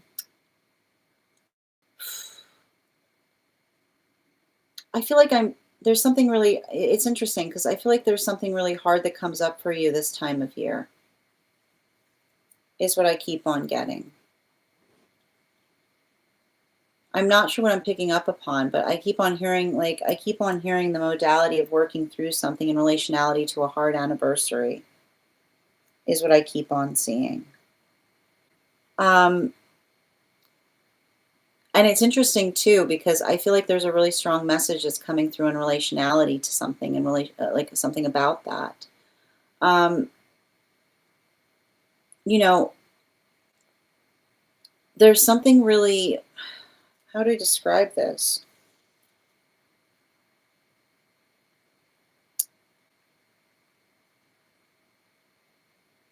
I feel like I keep on, and it's interesting too, because it feels like it's a message that's coming through in the space of spirit.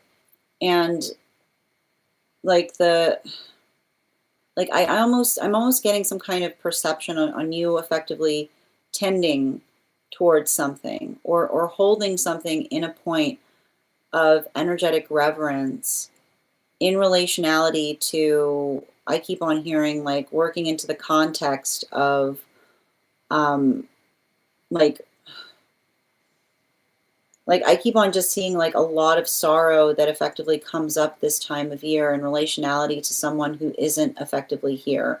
And the first message I'm coming through from spirit is someone communicating upon the fact that they recognize that you've been visiting them in some kind of modality there. Like, that's coming through really strongly.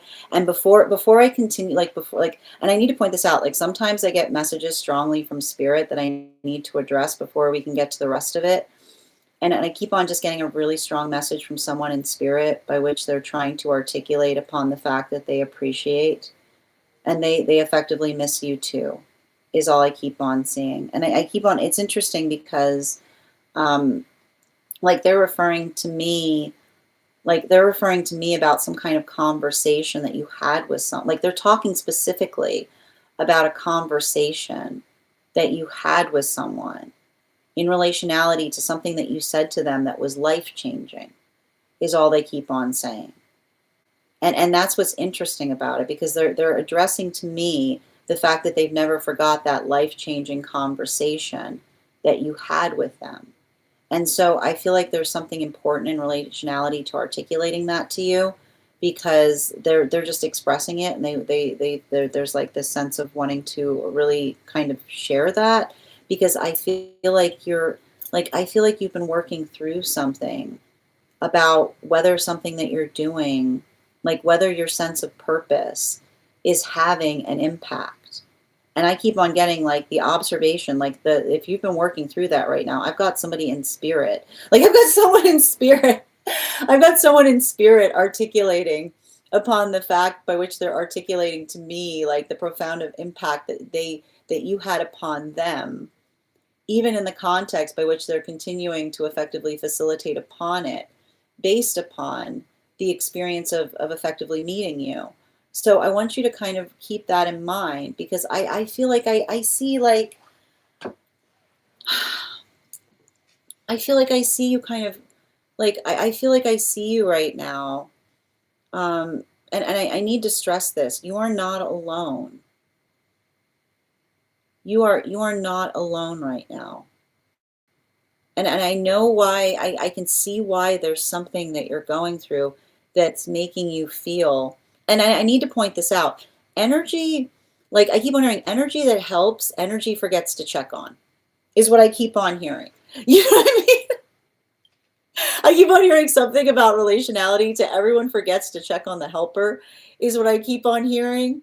Everyone forgets to check on the helper, because when you're in the space by which you help others, it's the modality by which energy just assumes in some way, shape, form, or fashion that you are good. So I want to kind of communicate upon this in terms of articulating to you that, you know, your ability of like, I feel like your ability to kind of work through like a hardship point, like make sure that you're reaching out to others if you feel that you need like some kind of supportive conversation, because that's all I keep on seeing in relationality to something here. Like I see a modality by which you're working very fundamentally on helping others through things, but I keep on saying it's okay for someone to do that for you too, is what I keep on getting. I want you to be patient in relationality to some kind of work I see that you're working to facilitate upon right now. I feel like I keep on seeing, some kind of circumstance or situation by which you're trying to articulate to another in relationality to, like, and I want to describe this, like, I see there's like a lot, like I almost see you in a modality right now where it feels like a lot of energy around you that is in that experience of working through desperation. But I keep on seeing that your own ability to effectively not allow others' desperation to effectively get the better of the self. And I keep on hearing, you know, when we are working, when we're working to identify upon a sense of purpose, um, it's helping. I feel like it's the modality by which you have to effectively articulate. And I think that I want to point this out. When we are building into a modality of working towards purpose and the ability of another who also is in a space of need, then the energy effectively, I keep on hearing there are many different ways to be able to amplify and articulate upon help, is what I keep on hearing, right? I want you to kind of think about that, because I almost see like, I feel like I see some kind of modality, and you have to recognize, especially because I see you being in a space of being very, very sensitive, is like the space by which you have to be energetically generous to yourself in terms of what is energetically possible versus something that you can effectively do in the long term. Um, I want you to make sure that you're navigating situations with a sense of proportionality, is what I keep on seeing.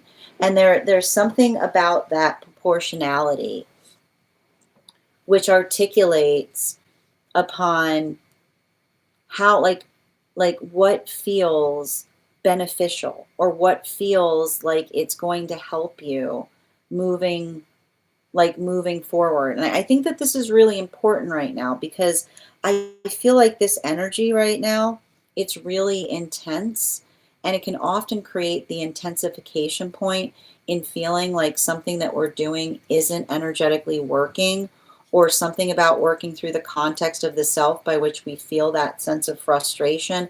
I want you to make sure that you're being patient with yourself right now. And I keep on saying patient and proportional, which is the modality I keep on hearing.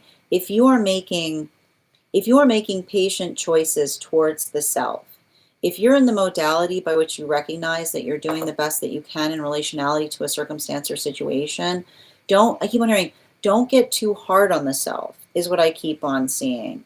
Um, Bottom of the deck, yeah, this is what I mean with the Queen of Cups. And I need to point this out. Like, this is the thing that I want you to be conscientious about because we've got, I've got a Queen of Cups in its reversal with a Page of Cups in its reversal by you as well, which is it's working through, and I keep on hearing, like, this is the most important thing about this reading, and we've been seeing this coming up right now a lot. Emotions are only helpful when they have directions attached to them, right? The modality by which we don't feel like we're trying to energetically divest emotions onto one another, but the ability to effectively amplify or articulate what feels energetically practical. And I want to point this out, even in the context by which another person says to us, can I just, can I just express something to you?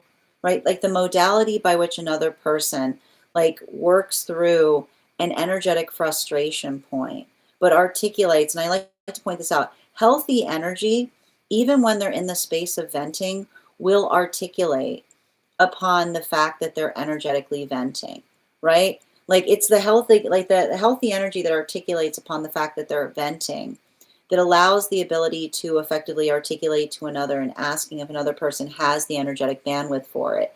It's okay. Like I keep on hearing, it's okay for you to say to another person, like, if you're already, I keep wondering, if you're already in the modality by which you feel emotionally depleted, right?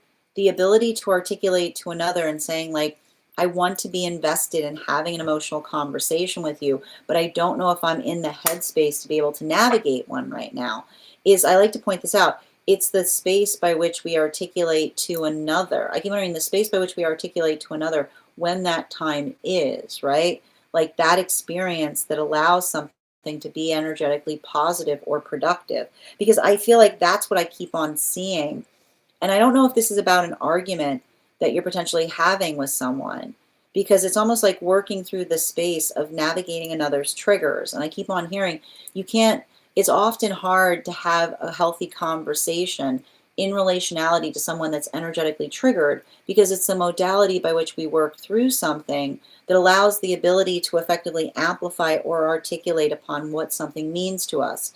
So I keep on seeing, make sure that you're being proportional in relationality to like the emotions that I see that are coming towards you right now, because I feel like it's important because I see you having to like navigate another's emotions. And I keep on hearing emotional, like the emotional volatility that we bring to each other is effectively fortified by what feels like it's energetically reasonable.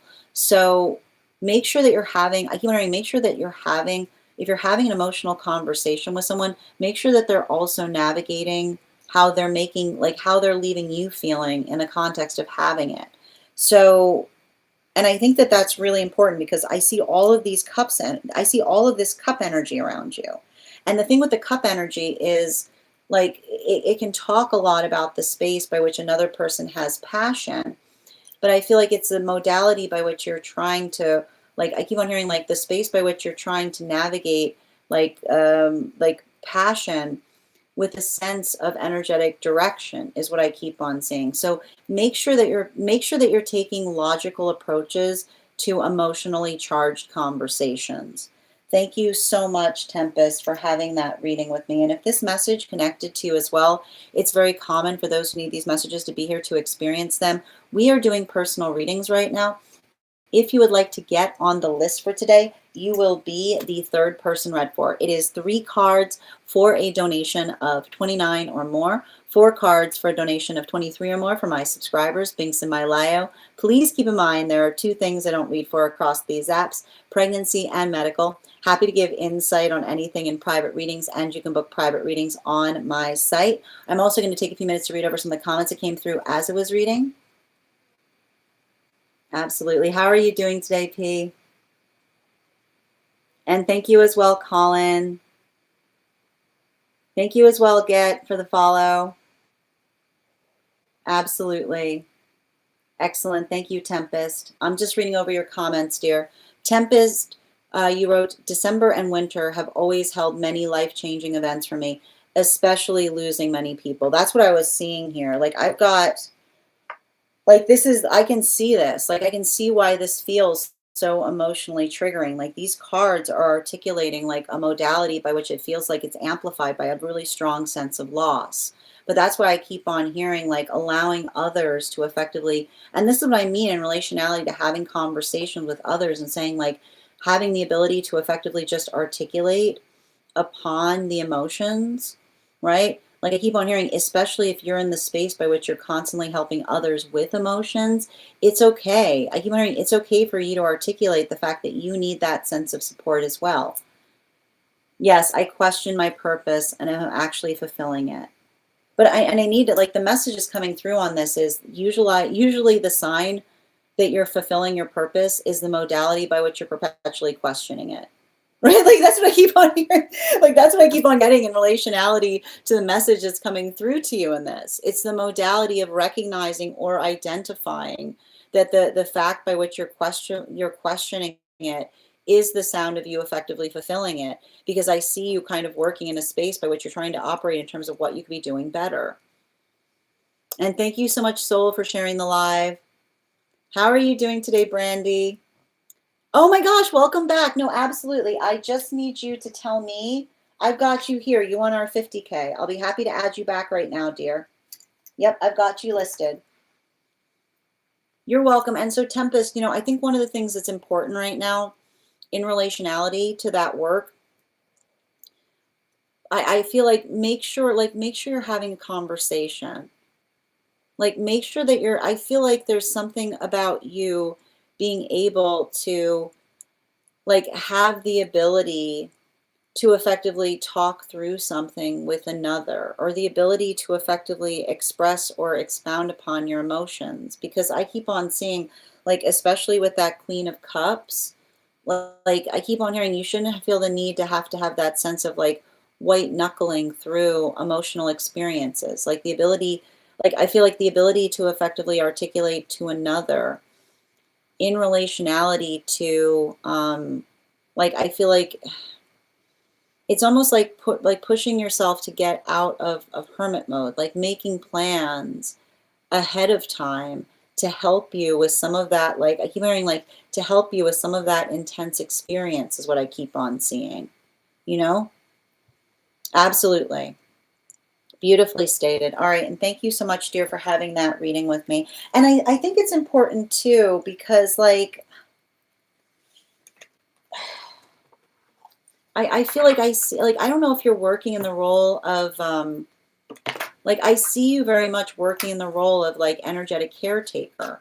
And I keep on just hearing the same message, which is like caretakers also need care, right? It's the amplification of saying it's okay for you to be able to articulate on those modalities by which you also need that sense of emotional support. And thank you so much, dear, for having that reading with me. We're going to continue right now. We're also at 33.5K likes. When we get to 50K, I will be gifting a reading back to the collective, so make sure you're tapping that screen and we'll get to 50K in no time. The next person on the list for today is, what did I write here? My handwriting is atrocious. I've got, all right, I'm going to read the list off now for anybody who's joining us. The list we have right now is Amy, Ava, and Brandy. So if you get on the list right now, you'll be the fourth person read for. It's an absolutely lovely time to get on the list. If you'd like to get on the list, it is 3 cards for a donation of $29 or more. 4 cards for a donation of $23 or more for my subscribers, Binks and Malayo. Please keep in mind there are 2 things I do not read for across these apps, pregnancy and medical. Happy to give insight on anything in private readings, and you can book private readings on my site. Amy, if you're here, can you let me know if you'd like a general reading or if you have a specific question you'd like me to answer? And just bear with me a moment as I read over. How are you doing today, Dan? Welcome.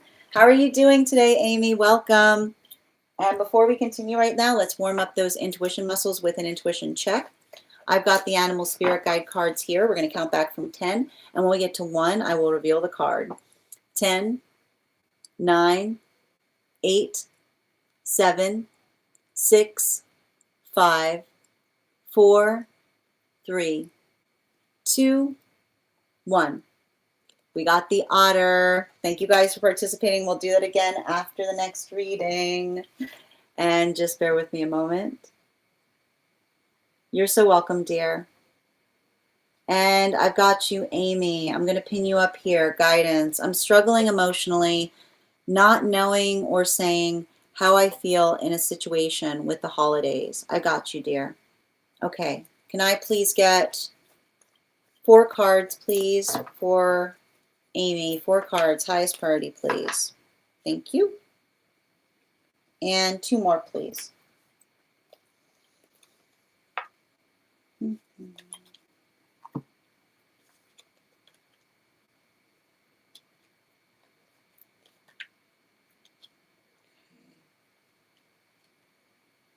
So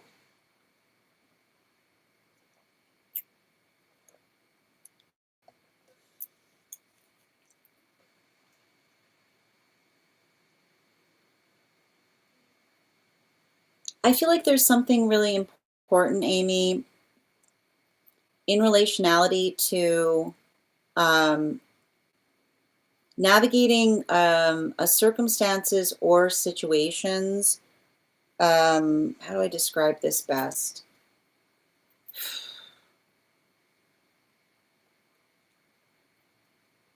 I feel like there's something important in relationality to having a conversation in terms of proportionality.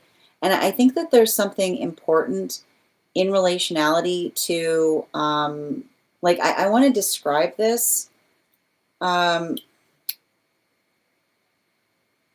There's navigating, and I want to point this out, like,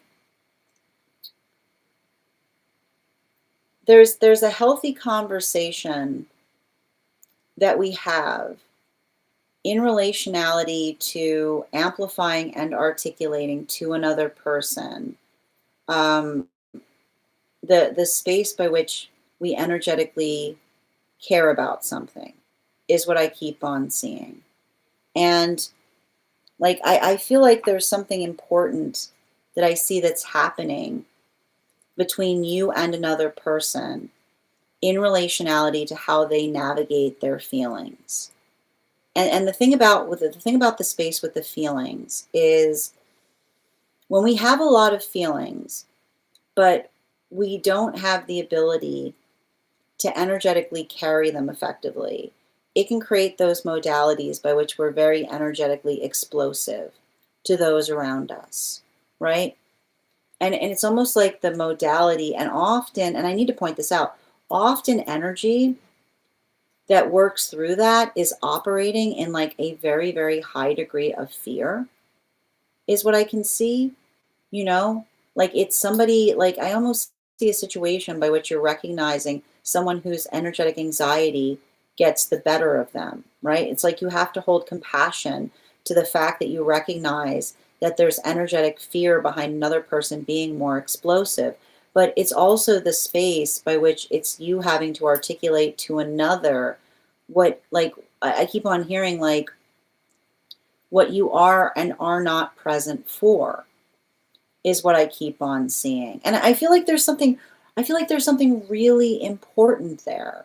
And so I want to stress this. If this is something that's happening right now, like if you're feeling a lot of anxiety in relationality to effectively seeing or encountering someone in this way, think about reaching out to them beforehand, is what I keep on getting here.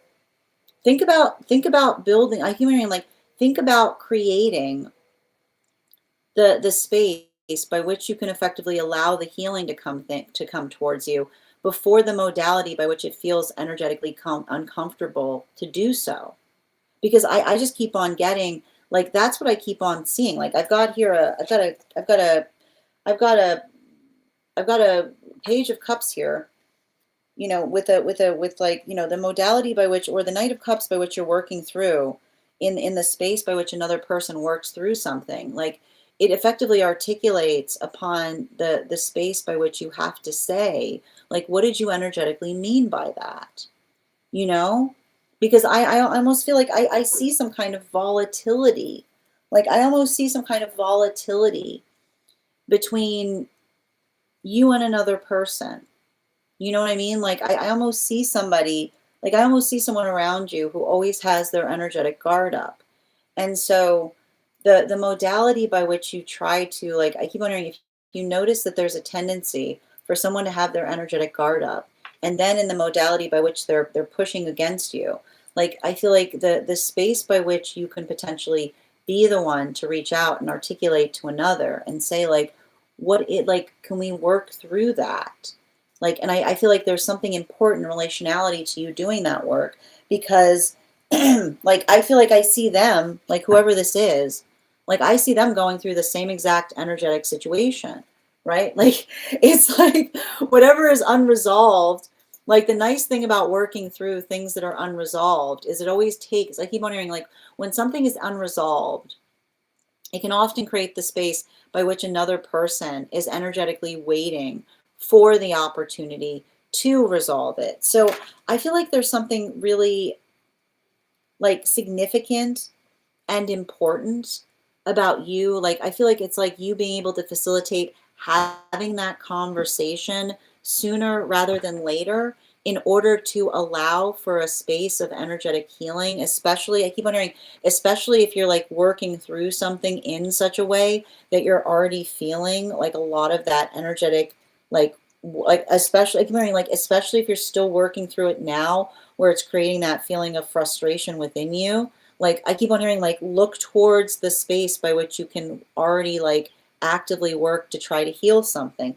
Bottom of the deck, I think it's hard because, especially, I keep on getting, especially, let me work, like the thing I keep on seeing is we can only talk about things proportional to how, like, another person being ready to energetically confront something is what I keep on seeing. And so I feel like there's something really significant in relationality to you effectively, like potentially trying to tell another person that you effectively care for them, is what I keep on seeing. Like I feel like that's the hard part about it, is like I feel like I almost see a situation by which you're trying to amplify or articulate to another that you energetically care about them. But the modality by which, and I keep on hearing, like you can't get far, you can't get very far with earmuff energy, which is the modality or experience by which another person, like like like wants to shrug it off. And I feel like this is what you need to say to somebody, because I almost see like the person I see here is like almost in the modality being like, just let it go, let it go. When we let go things, never, when we sweep things under the rug, we trip over them later, is what I keep on hearing.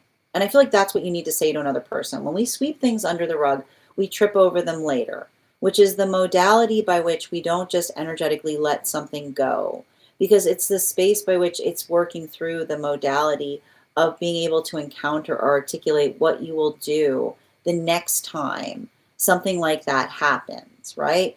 And so I feel like that is the conversation that you need to have with another person. Like, and I need to stress this, the way we can usually tell when another person is not in their ego, is the modality by which they articulate that they don't like how we energetically handled something, and the space by which another person can articulate and identify what they would energetically prefer, tells you everything you need to know as to whether they're operating in a space of energetic logic, or if their ego is if their ego is just creating a space by which they're seeing, they're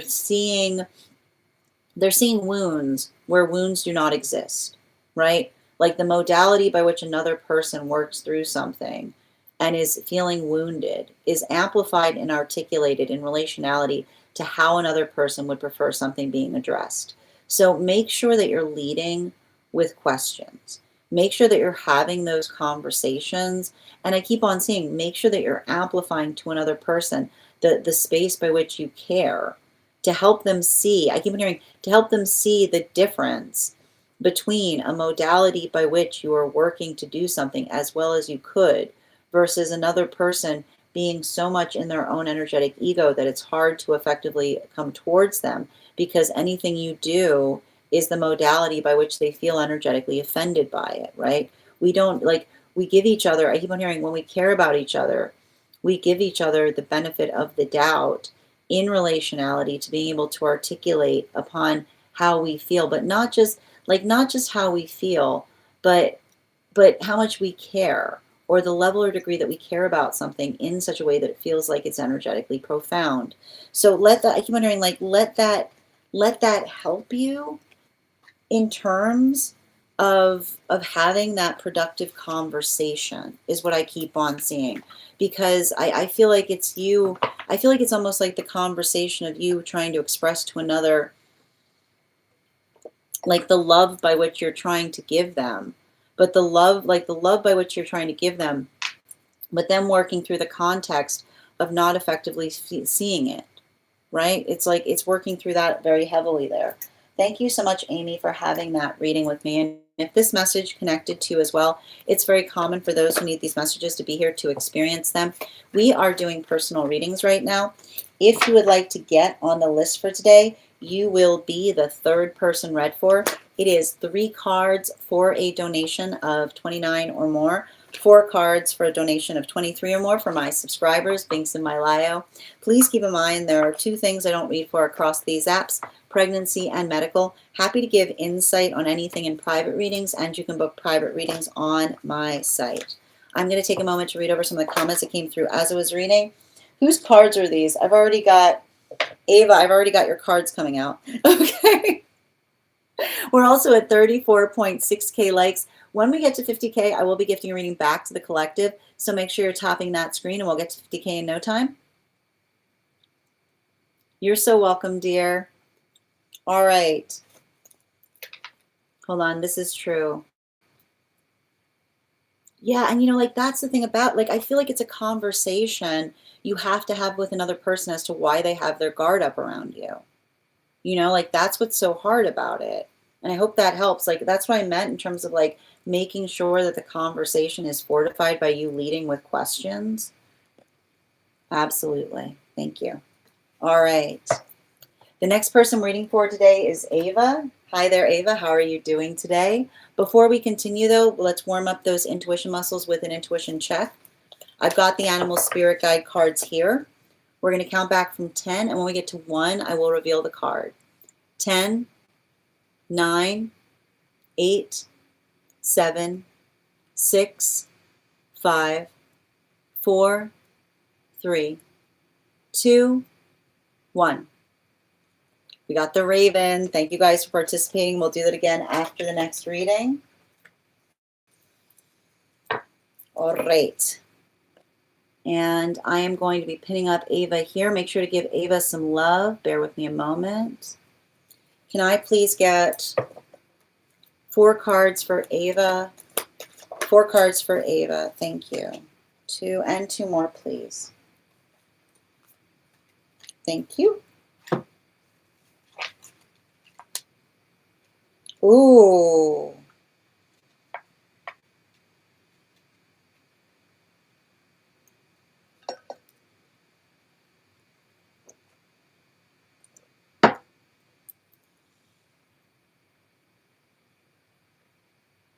Ava, I think it's really interesting because I know you're asking for a career reading, but it's interesting because it feels very related to the angelic read that I did for you a few weeks ago, is what I keep on getting. And I feel like there's something important there, um, in relationality to, I keep on getting working through an experience or circumstance, um, by way of being able to, and I think that this is really important because I feel like I see some kind of modality or situation of, you've got this, how do I describe this? And it's funny too, because it feels like it's coming through in relationality to a past life connection as well. You've got this like beautiful, you've got this beautiful energetic reserve of compassion that I see that is effectively, and it's interesting because it feels like something that you used to do in a past life coming back towards you in the present. And I feel like it has a lot to do with the modality of working through the space of being able to energetically um, facilitate upon situations or circumstances by which another person feels like the space by which another person is not at their best, but not just not at their best. Like I see that there's something here in terms of you being able to bring compassion to circumstances or situations to help ease another person through difficult situations, is what I keep on seeing. And I think it's interesting because the modality by which, like the empathy that I see that you're bringing to circumstances, it feels very much, I feel like for many others, like there's a tendency with empathy by which we feel empathy, and it creates a space by which it's too much of a shock to the system, like something that is hard to see. But I feel like, and this is what I'd be curious about with your astrological placements, because I feel like there's some kind of modality by which you're able to effectively navigate or stand in a sense of readiness in situations by which another person feels energetically destabilized, is what I keep on getting. And especially in relationality to the fact that I keep on seeing, like, you got effectively two, like 10 of swords here. And that's why I was talking about the fact that there's that continuation that's occurring, because I feel like there's, this is you effectively working through the orientation point of your purpose. And I feel like I feel like a lot of that orientation that I'm effectively seeing or recognizing that you're doing right now has to do with being able to amplify or articulate to another, um, like, and this is what I mean in relationality to that energy, like that ability to effectively help another through hardship is something that is very, I keep on hearing it's something that feels like it's very close to one of your gifts. So, and I think it's interesting because I feel like it has to do, like, I feel like there's something I'm seeing here in relationality to you advocating for another person or articulating upon what those energetic needs are, because the continuation of you effectively amplifying or articulating upon the needs in order to be met, I feel like I keep on seeing a situation or circumstance by which your capacity to help someone through something that would typically be energetically devastating, it almost says to me like you've got that gift of healing. Because I want you to see this, like when we've got that two of wands here, which feels like, I feel like it's the modality by which somebody else has effectively lost hope in something, right? And then here you are, you arrive, and then suddenly like this darkness starts to effectively like alleviate. And where do we find them? We find them with a better sense of perspective, or a clarity of perspective too. So this would say to me that there's something that you might want to pursue, particularly and especially in the realms of energetic therapy, or being able to help someone have some kind of perspective on something, to be able to look or address or bring a clearer head to a situation. So I'm not sure if that's something that you currently do, or something that you have some kind of investiture in already, because I do keep on getting the message that it's something that you've already, I feel like it's something that you've already been pursuing. Like it feels like something that's a bit of a parallel path for you. So I don't feel like, I feel like it's interesting because like I feel like there is some kind of departure point in relationality to something that you were doing. But I keep wondering, like the departure point feels like a logical next step. And I think it's interesting because I almost feel like this might also be inclined to you kind of finding some kind of area of study at this time, or being able to articulate to another like what that path work is, but not just what the path work is, how you yourself are working to effectively identify or articulate upon doing something in a way that allows, like I keep on getting, like this is you being able to um, and I don't know if this is, I don't know if you've been thinking about going back to school, because it feels to me like there's almost like it's an area of study I see you pursuing, or something about you being able to um, take like take some kind of pursuit in something that feels like it builds upon something that you already currently have some kind of heavy knowledge in. Bottom of the deck. Yeah, it's interesting, especially with the justice card there. I feel like there's something important. There's something important with the justice card, and I want you to kind of pay attention to it, because um, the way I like to describe this is the justice card is the justice card is working through circumstances or situations by which we're able to effectively articulate or identify um, what it is that we're working to do better. And I feel like that's what I keep on hearing. Like you've got a gift of being able to navigate like a devastation point with a sense of rationalization, something that allows you that context of being able to make rational choices at times that others may experience an overwhelm of crisis. So I feel like that is something I keep on hearing. I feel like you don't recognize what a gift that is what I keep on seeing.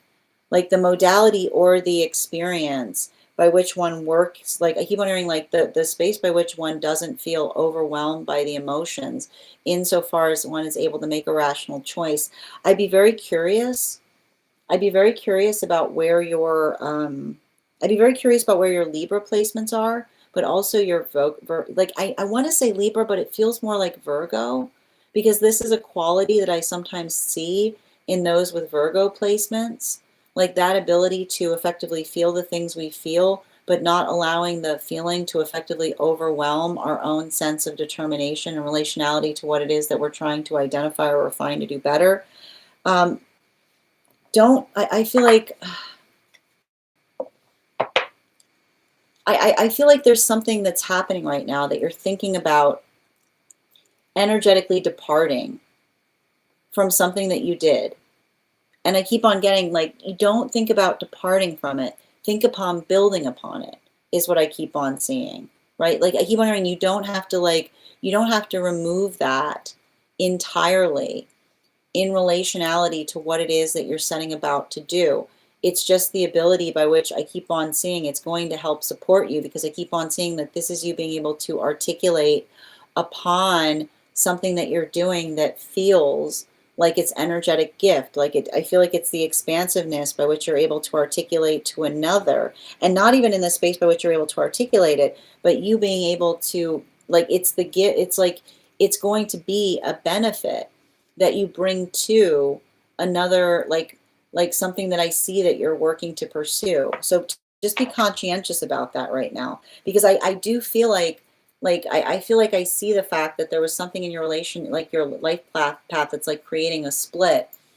But I feel like the split that I'm seeing is almost like the amplification of allowing for that space by which you're able to identify that. I keep on hearing like it's not a split, it's going to be adjacent. It's something that feels like it's going to help you as you continue doing something that feels closer to your heart, is what I keep on getting. Thank you so much, Ava, for having that reading with me. And if this message connected to you as well, it's very common for those who need these messages to be here to experience them. We are doing personal readings right now.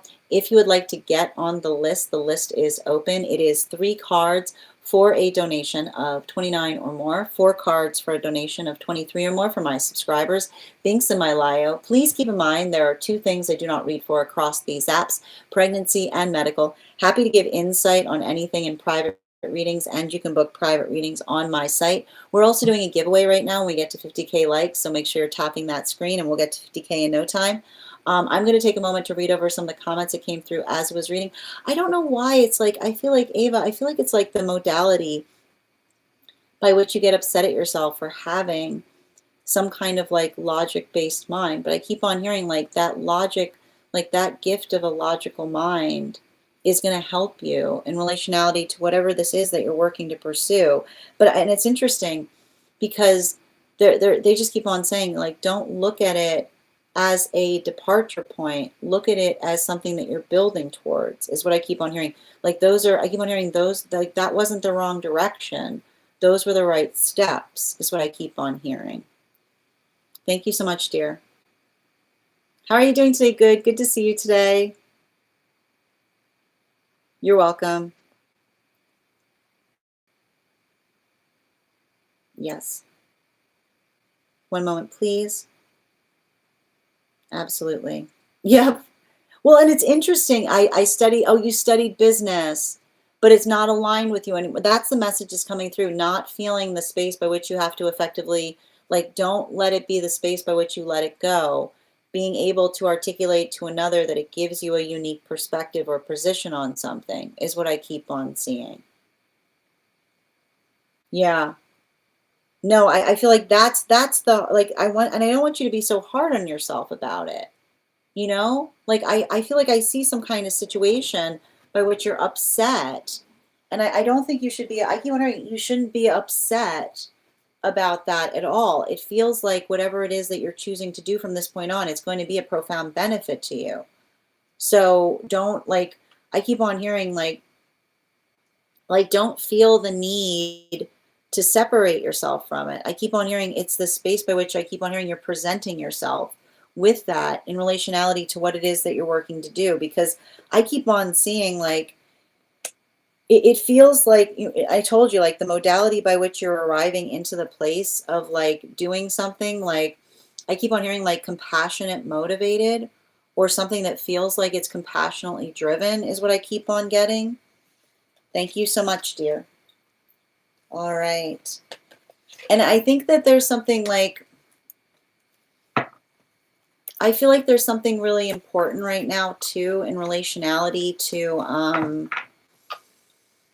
it's like, and I just want to point this out, especially with these cards that just came out. This is the next reading, but like this is you kind of, this is the journey of your career moving closer and closer to your heart space, is what I keep on seeing. And that's what I keep on getting in terms of saying, like, don't get upset about yourself. Like, don't get upset. Like, don't erase what it is that you did before. Like, understand that that was you getting closer to what's energetically important to the self, is what I keep on seeing. You're welcome, Ava. I'm doing good, good vibes. How are you doing today? All right, we're going to continue right now. The next person on the list for today is Brandy. Brandy, if you're here, can you respond in all caps? Let me know if you'd like a general reading or if you have a specific question you'd like me to answer. And if anybody else would like to get on the list today, it's an absolutely wonderful time to get on the list. You will be the second person read for. 3 cards for a donation of $29 or more. 4 cards for a donation of $23 or more for my subscribers, Binks and my Lio. Please keep in mind there are 2 things I do not read for across these apps, pregnancy and medical. Happy to give insight on anything in private readings, and you can book private readings on my site. How are you doing today, dear? Excellent. Thank you as well. Yeah, this is the thing that, like, especially those with like, it was feeling less Libra and more Virgo. So I would be curious about like the space by which Ava's got like Virgo placements. But often it's often the space by which I see that Virgo and Libra sometimes have that same, it's like working into the space of energetic balance, but not letting the balance be too hard on the self in the context of recognizing like what one is trying to do in a greater fashion. I got you, Brandy. And before we continue right now, let's do an intuition check. I've got the animal spirit guide cards here. We're going to count back from 10, and when we get to 1, I will reveal the card. 10, 9, 8, 7, 6, 5, 4, 3, 2, 1. We got the Raven. Thank you guys for participating. We'll do that again after the next reading. And I'm going to pin up Brandy here. Excellent. Brandy, anything about love life? Currently single, trying to get over ex, still feeling connection to them. All right. Thank you so much, dear. I've already got 3 of your cards out, so they came out very quickly. And the 3 cards we got right now are the 2 of Swords in its upright, the 4 of Cups in its reversal, and the Lover's card in its reversal. So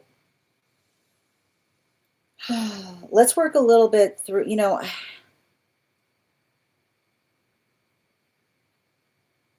I feel like there's something really important to navigate in relationality to, you can't force someone to be energetically ready for partnership,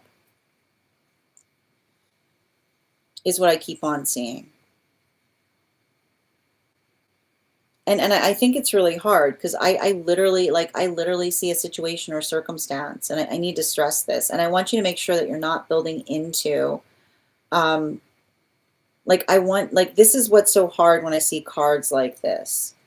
Like the 2 of Swords with the 4 of Cups in its reversal and the Lover's card in its reversal is effectively, it's a conversation in relationality to another person. Like, I almost feel like I see a situation of someone being like, well, when I'm energetically ready for a relationship, I aspire for it to be you, but it's not working through the sense of my own readiness. But I need to stress this. We can't, we can't, I feel like it's almost like the space by which you have to say to another person that, you know, you need to make sure that you and another person are on the same timeline in relationality to them building into the context of healthy partnership. Because something I keep on seeing in relationality to that is working through, often energy that articulates the fact that they don't feel energetically ready for partnership. Like, it's saying to me, like, we don't build into the pathwork of energetic readiness. We don't articulate. I keep wondering, we don't call it's like saying to me, we don't call dibs on each other, is what I keep on getting. Like, that's effectively what these cards say, which means like we don't call dibs, which is the modality by which another person says, like, I'm not energetically ready, but rest assured when the day comes, you're the energy that I would effectively desire to be in partnership with, right? And I think that there's something really important about that, because like something I keep on seeing in relationality to this energy right now is working through the space between another person finding their energetic confidence and being able to effectively be brave for you. And I feel like that's the conversation.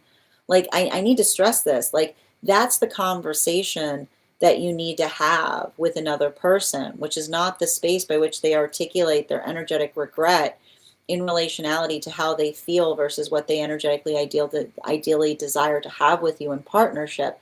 It's the space by which we amplify and articulate to each other the bravery that we bring to each other in order to effectively build into that healthy relationship. Because I almost like, I don't know why, but I feel like I'm reading for someone who carries a lot of anxiety in relationality to, like, I don't know what, like, is this like and I need to stress this, like the modality by which we work through, like the modality by which we work through relationship is not like, I feel like this is like, I feel like this is somebody who's got to let go of some kind of experience that effectively made them feel like relationship was the end of anything energetically positive happening around them, is what I keep on seeing. And this is why, like, that modality, like, it's not the space. Like, a healthy relationship is the space by which everything begins to open up for us. It's the modality by which we're able to feel energetically vulnerable. It's the space by which we start to build into the vulnerability point that allows things to be possible. But I keep on seeing, if this is a situation or circumstance by which another person is working through something, like like I feel like you need to have a conversation in relationality to what their practical plans are, because a lot of the energy that I like, something I see here is, it's not due to the lack of care, it's not due to the lack of feelings that they have towards you, but making sure that the relationality towards what you aspire to in partnership versus what they aspire to in relationship. I feel like it's like I keep on hearing the same message coming through, which is like it should not feel like that. Like, if they're coming towards you in a way by which they may try to make it feel like they're giving something up to be in a relationship with you, that's usually the modality by which they need to heal something within themselves. Because I feel like the modality by which I feel like the thing with you in partnership is, like, I see you in some kind of capacity by which, um, like, I gotta stress this, like, it's the observation of effectively building into, and I think it's weird too, because I almost see like a situation of someone upset that you're not being more vulnerable to them. But like, I keep wondering, we're not vulnerable to energy that hasn't committed to us, right? So make sure, like, and I need to stress this right now, like, especially if this is a modality by which another person, like, be very conscientious of someone who apologizes in terms of, like, what they can give you, but then at the same time continues to articulate upon the fact that you still have some kind of hold over them, is what I keep on seeing, right? Like, the modality by which another person, like, I feel like they need to understand or resolve through their energetic feelings in relationality. And I feel like it's weird too, because I see you, like, I feel like I see you almost in the modality by which you're trying to say to another person that the space by which another person, like, that's like that's them putting their trauma on you. You know what I mean? Like, I see, like, I almost see it here, like somebody being like it almost feel like, be conscientious of someone who, like, articulates upon the space by which you say, I never want to see you again, but then they're like dancing around the periphery of your life, right? The modality by which a healthy relationship is based upon healthy communication. It's based upon the articulation of effectively identifying and recognizing what can energetically occur between you that feels like it's positive or restorational. Because I feel like the hard part about something here, like, don't let someone come into the modality by which they articulate and they state, like, don't let them come into the modality by which they're articulating that they can't, that they're not cut out for committed relationship, but then they're still coming towards you. Like, that's what I mean in relationality to someone saying it's not enough for someone to care about you. They need to be brave enough. Like, you can't help someone with their own sense of bravery in relationality to being able to kind of come towards you in a way by which you can build a healthy life together. Bottom of the deck on this relationship. There it is, right? I was waiting for this Hierophant to come up. Bottom of the deck, right? Let the conversation be about commitment. I'm telling you right now, no chalkboard erase moment, right? None of this energy by which another person moves away from you and then they come back and they try to articulate upon the fact that they miss you to rekindle the energetic relationship. You pick back up exactly where you left off. If this was an argumentation point that happened in the modality by which you were asking about commitment, let the conversation about commitment fortify the partnership. No chalkboard erase moment here. Nothing about the modality by which another person articulates upon the experience by which they effectively feel that none of that returning back to the first time that you energetically met them. You pick up, I keep wondering, you pick back up exactly where you left off, or you don't pick up at all. Especially if the argumentation point was upon commitment, because I see it too, and I'm sure you feel it, has nothing to do with the capacity of care that this person has for you. But I keep on hearing healthy energy does not just articulate upon the fact that they feel that for you. They're brave enough to energetically commit towards you. So don't let the conversation about the feelings distort upon the commitment in relationality to what it is that you're trying to build with another. Thank you so much for having that reading with me, Brandy. And if this message connected to you as well, it's very common for those who need these messages to be here to experience them. We are doing personal readings right now. If you would like to get on the list is open. You'll be the next person read for. It is 3 cards for a donation of $29 or more. 4 cards for a donation of $23 or more for my subscribers, Binks and Mylayo. Please keep in mind there are 2 things I do not read for across these apps, pregnancy and medical. Happy to give insight on anything in private readings, and you can book private readings on my site. I'm going to take a moment to read over some of the comments that came through as I was reading. We're also at 36.9K likes. When we get to 50K, I will be gifting a reading back to the collective, so make sure you're tapping that screen and we'll get to 50K in no time. And just bear with me a moment. Absolutely. Yes, those cards make a lot of sense. Yeah, right. You saw that, right, Nikki? Yep, I understand. Oh, addictions. He broke my heart and I wanted to help and discuss, but they won't open. I feel this. Yes, and he's avoiding. But I need to point this out. Like the space by which someone tries to come back towards you, you have to pick back. Like don't let the time erase the conversation. You pick back up exactly where you left off in relationality to what it is that needs to be worked through. This is what he says exactly, and I would hold safe space for him. But and that's the thing. I feel like the question isn't whether you're holding safe space for them. It's whether they're holding safe space for you, is what I keep on seeing, right? It's working through reciprocal safe space. You're so welcome, dear. You're so welcome. And thank you so much for being here and receiving these messages. We're going to continue right now. As I mentioned, if you want to get on the list, it's a great time to get on the list. You'll be the next person read for. 3 cards for a donation of $29 or more. 4 cards for a donation of $23 or more for my subscribers, Binks and Mylayo. Please keep in mind there are 2 things I do not read for across these apps, pregnancy and medical. Happy to give insight on anything in private readings, and you can book private readings on my site. We're also going to get started on 1 card readings for, and thank you so much, Sonia, for getting on the list. You'll be the next person read for.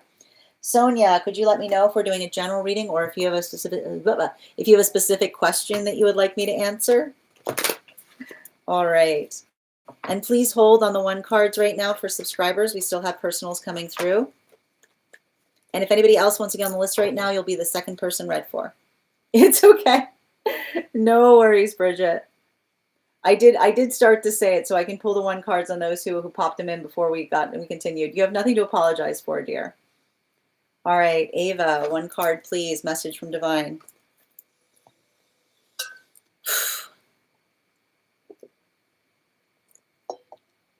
I feel like I see somebody making a lot of changes in their life.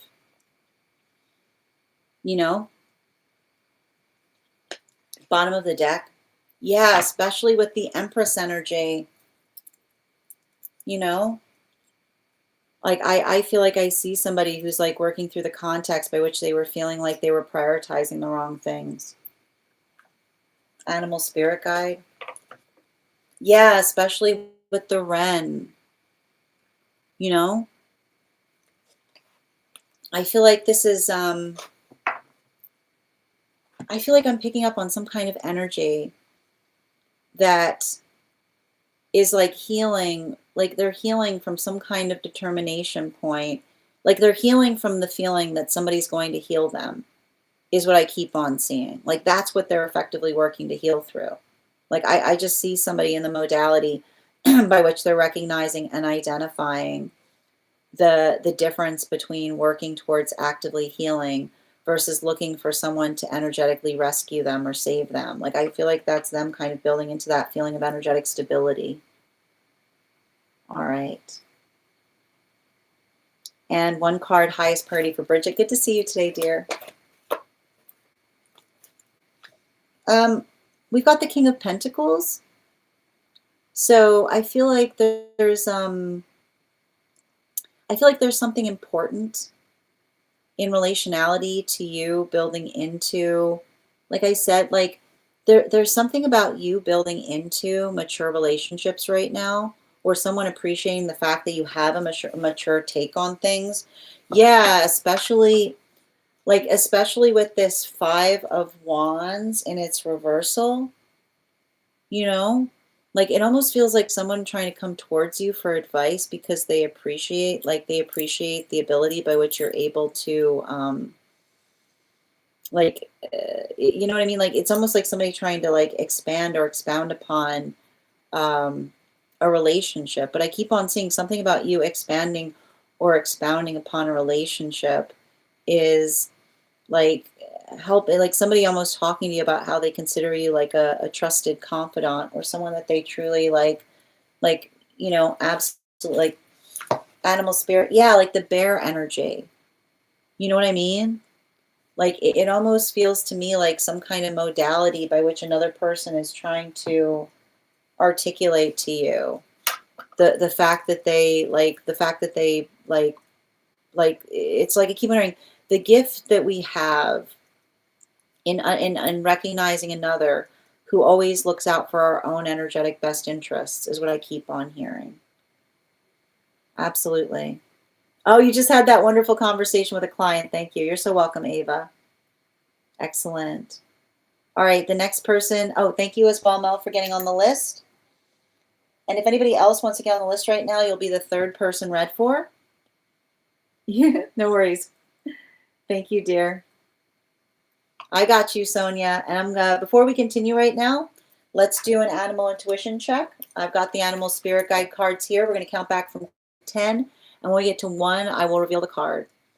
10, 9, 8, 7, 6, 5, 4, 3, 2, 1.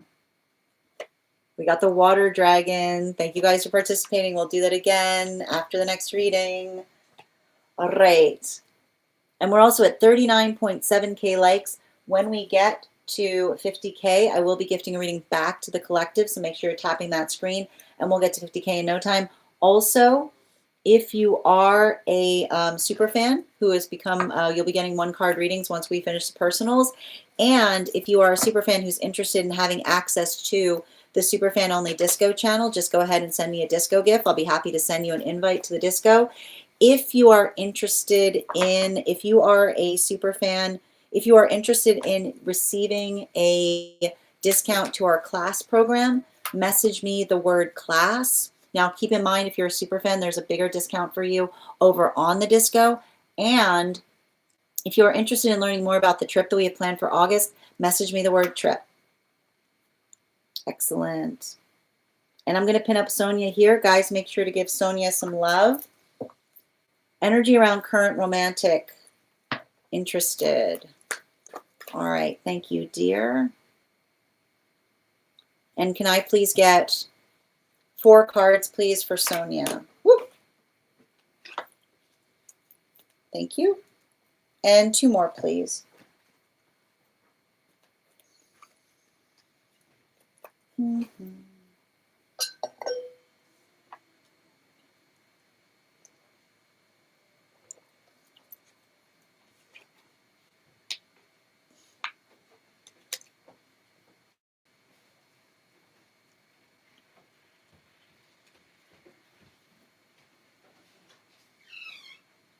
So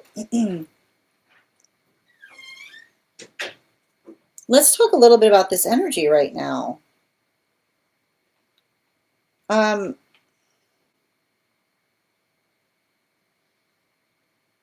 You know, whoever this is, I see somebody that is like incredibly committed to their work. Like I keep on getting like amazingly, incredibly high work ethic.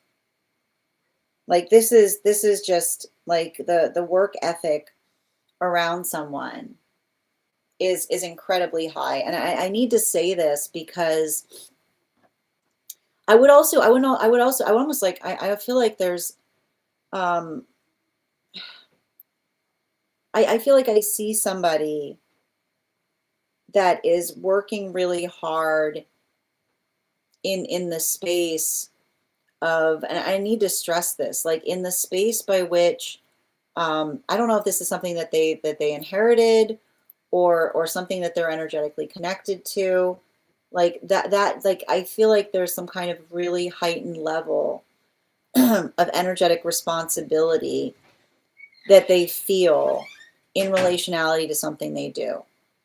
And I keep on getting, like, I feel like there's some kind of hurdle there because I almost see the space by which it feels like um, it's hurt relationships for them in the past.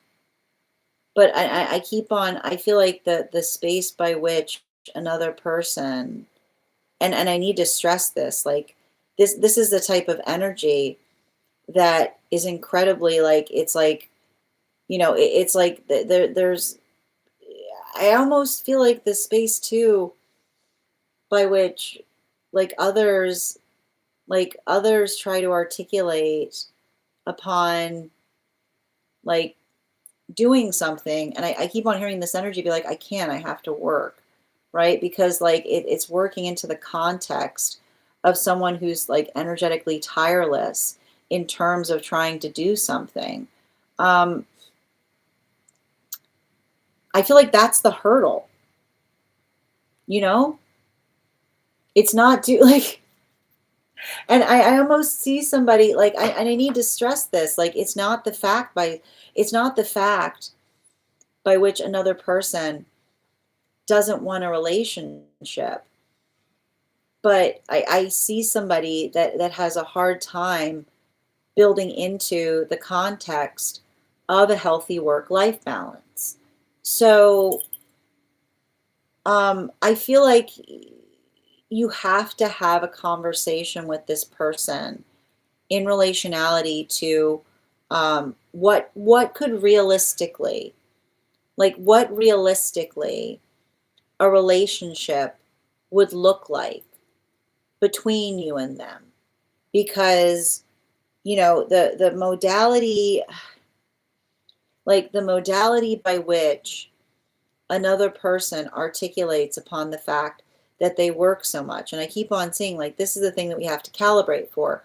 um, you know, there are situations that require us to like work um, tenaciously. Like there's situations that require those modalities by which we energetically work tenaciously.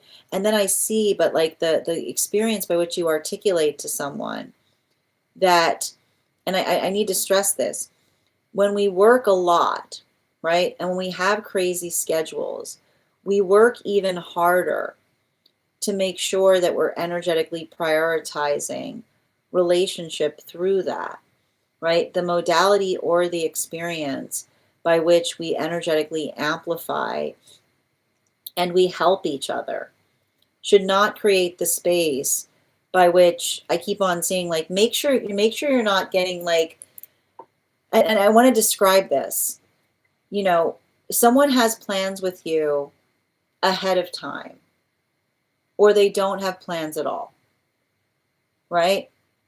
Like the modality by which I keep on saying, and this is what you have to kind of temper that with in a relationship with someone I'm seeing here, like the modality by which we amplify and articulate that we can be, I keep hearing like we can be energetically, when we are energetically adaptable to a ridiculous schedule, we help each other in terms of what we can realistically expect.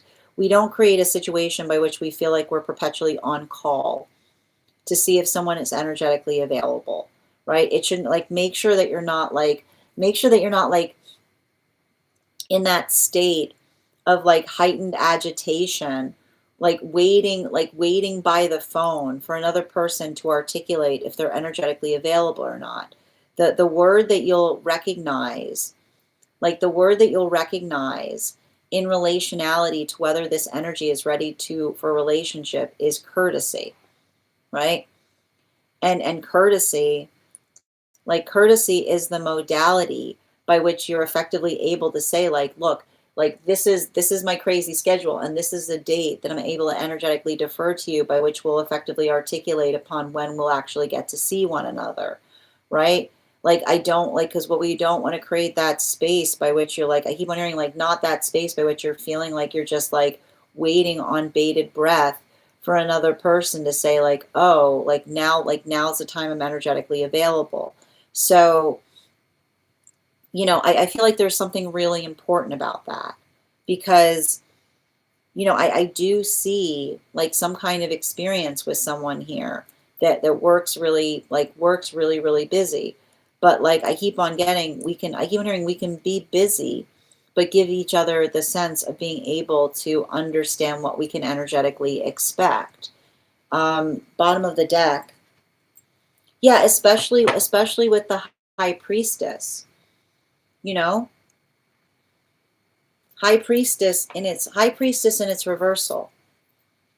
If you wouldn't do it to another person, then it's not something that you yourself should also receive. So the energy or the modality by which, I keep wondering, the energy of the modality by which another person helps you effectively plan is what I keep on seeing. Like the reasonable amount of time that we give each other is a sign of the fact that we're energetically, is a sign that by which we're energetically conscientious and careful with each other's energy.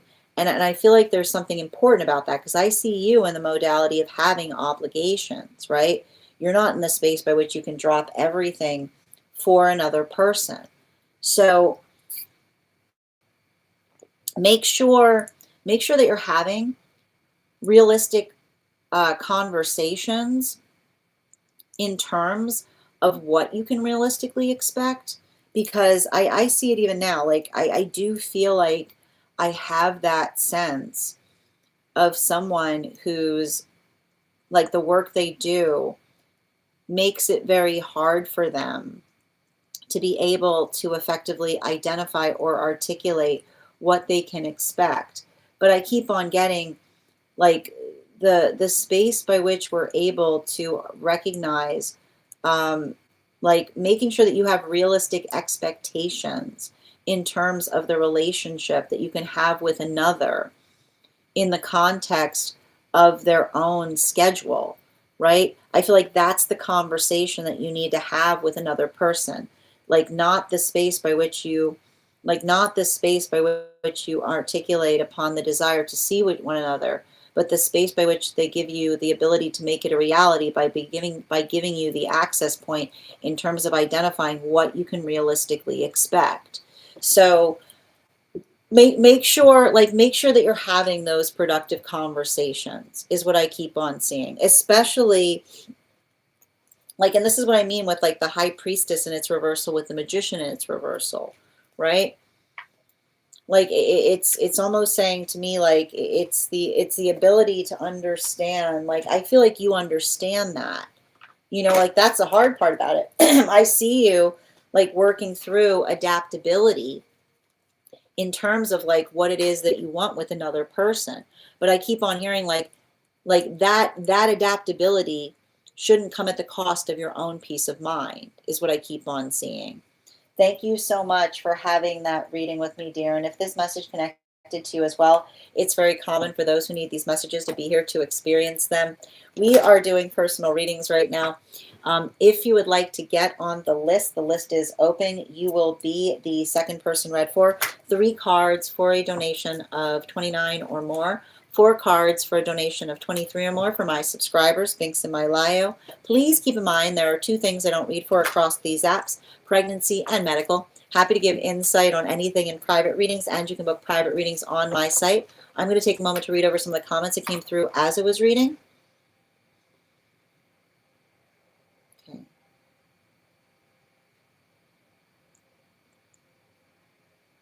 Okay. I think we started with 1 card, but I got a reading. Just got back. Welcome back, Avatar. Yes, definitely. He worked a lot this month. Absolutely. Sounds accurate. Yeah, and I think that, like, I feel like, again, it's like working, you and another person working through healthy schedule management, which is the ability to, like, help each other by being able to articulate in terms of what you can reasonably expect. All right. Yep. Yeah, well, I'm sorry. Yeah, Julia, we're not on 1 cards yet. We're still doing personal readings. Okay. But I got your 1 card coming out, Julia. So we've got 2 cards here.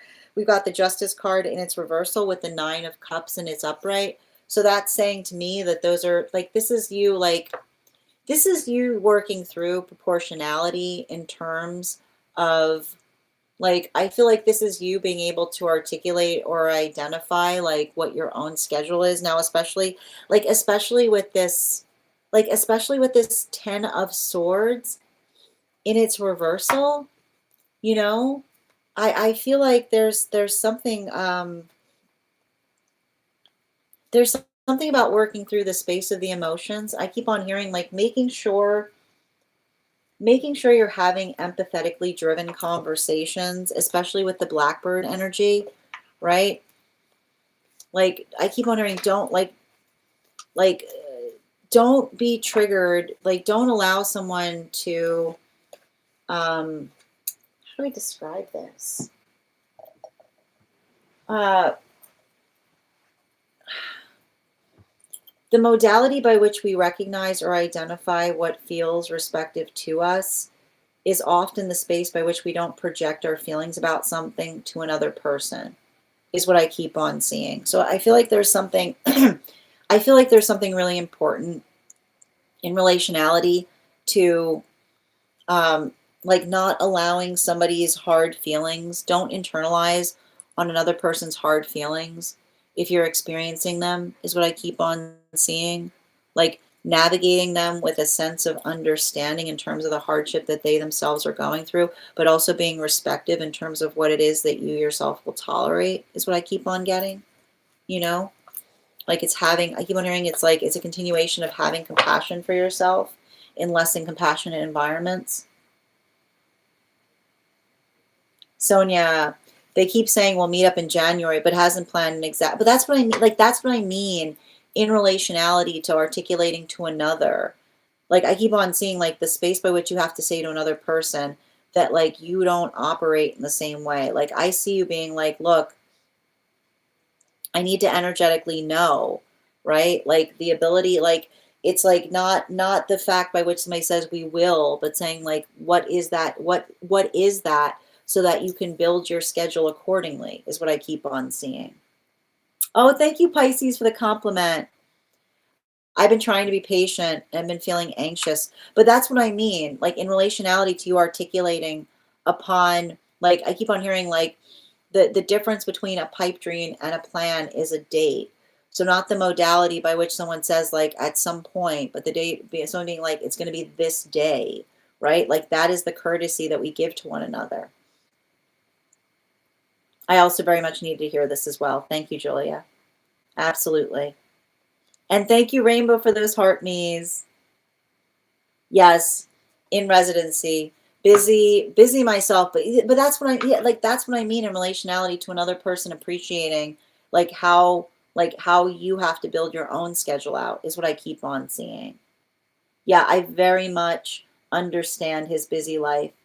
Oh my goodness, that's wild. Yeah, so that's what I mean in terms of like I see like the space by which like I was reading for like somebody who has a hard time being able to energetically determine where they're going to be one day to the next. But I keep on seeing even in the modality by which they can't being able to effectively pinpoint upon a day so that you guys can effectively build your schedules appropriately.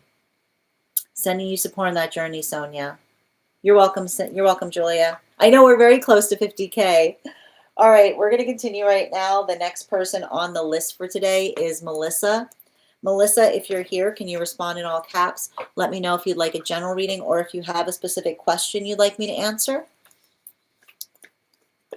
And just a reminder, if anybody else wants to get on the list right now, you will be the second person read for. It is 3 cards for a donation of 29 or more. 4 cards for a donation of 23 or more for my subscribers. Links in my bio. Please keep in mind there are 2 things I do not read for across these apps. Those are pregnancy and medical. Happy to give insight on anything in private readings, and you can book private readings on my site. We're also at 48.5K likes. When we get to 50K, I'll be gifting a reading back to the collective, so make sure you're tapping that screen, and we'll get to 50K in no time. Oh, and thank you for letting me know where the question is, Melissa. Bear with me one moment, please. All right.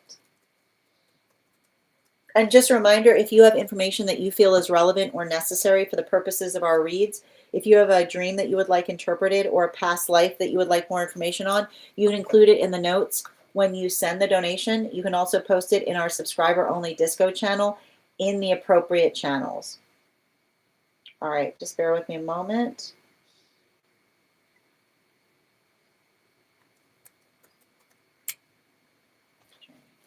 Oh. There we go.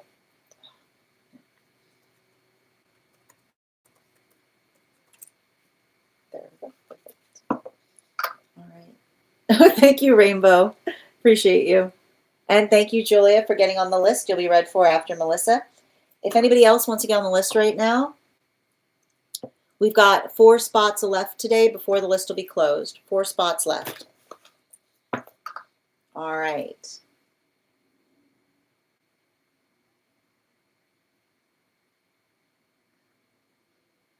Got you. And before we continue right now, Melissa, is this inside tea or outside tea?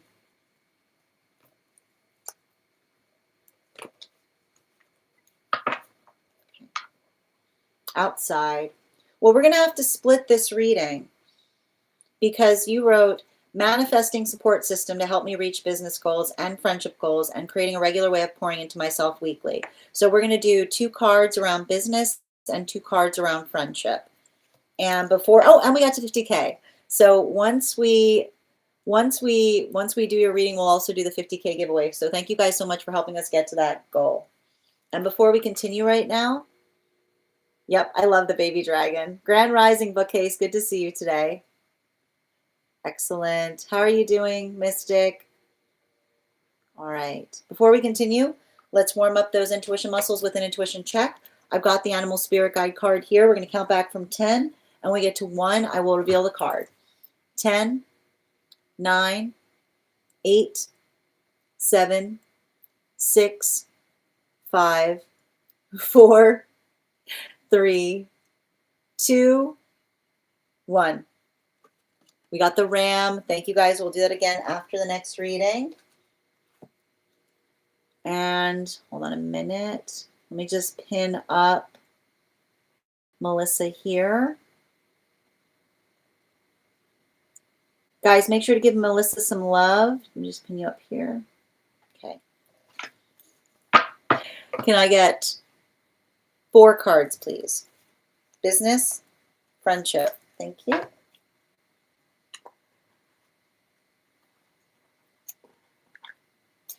Mhm. Business, friendship. Thank you. Hmm.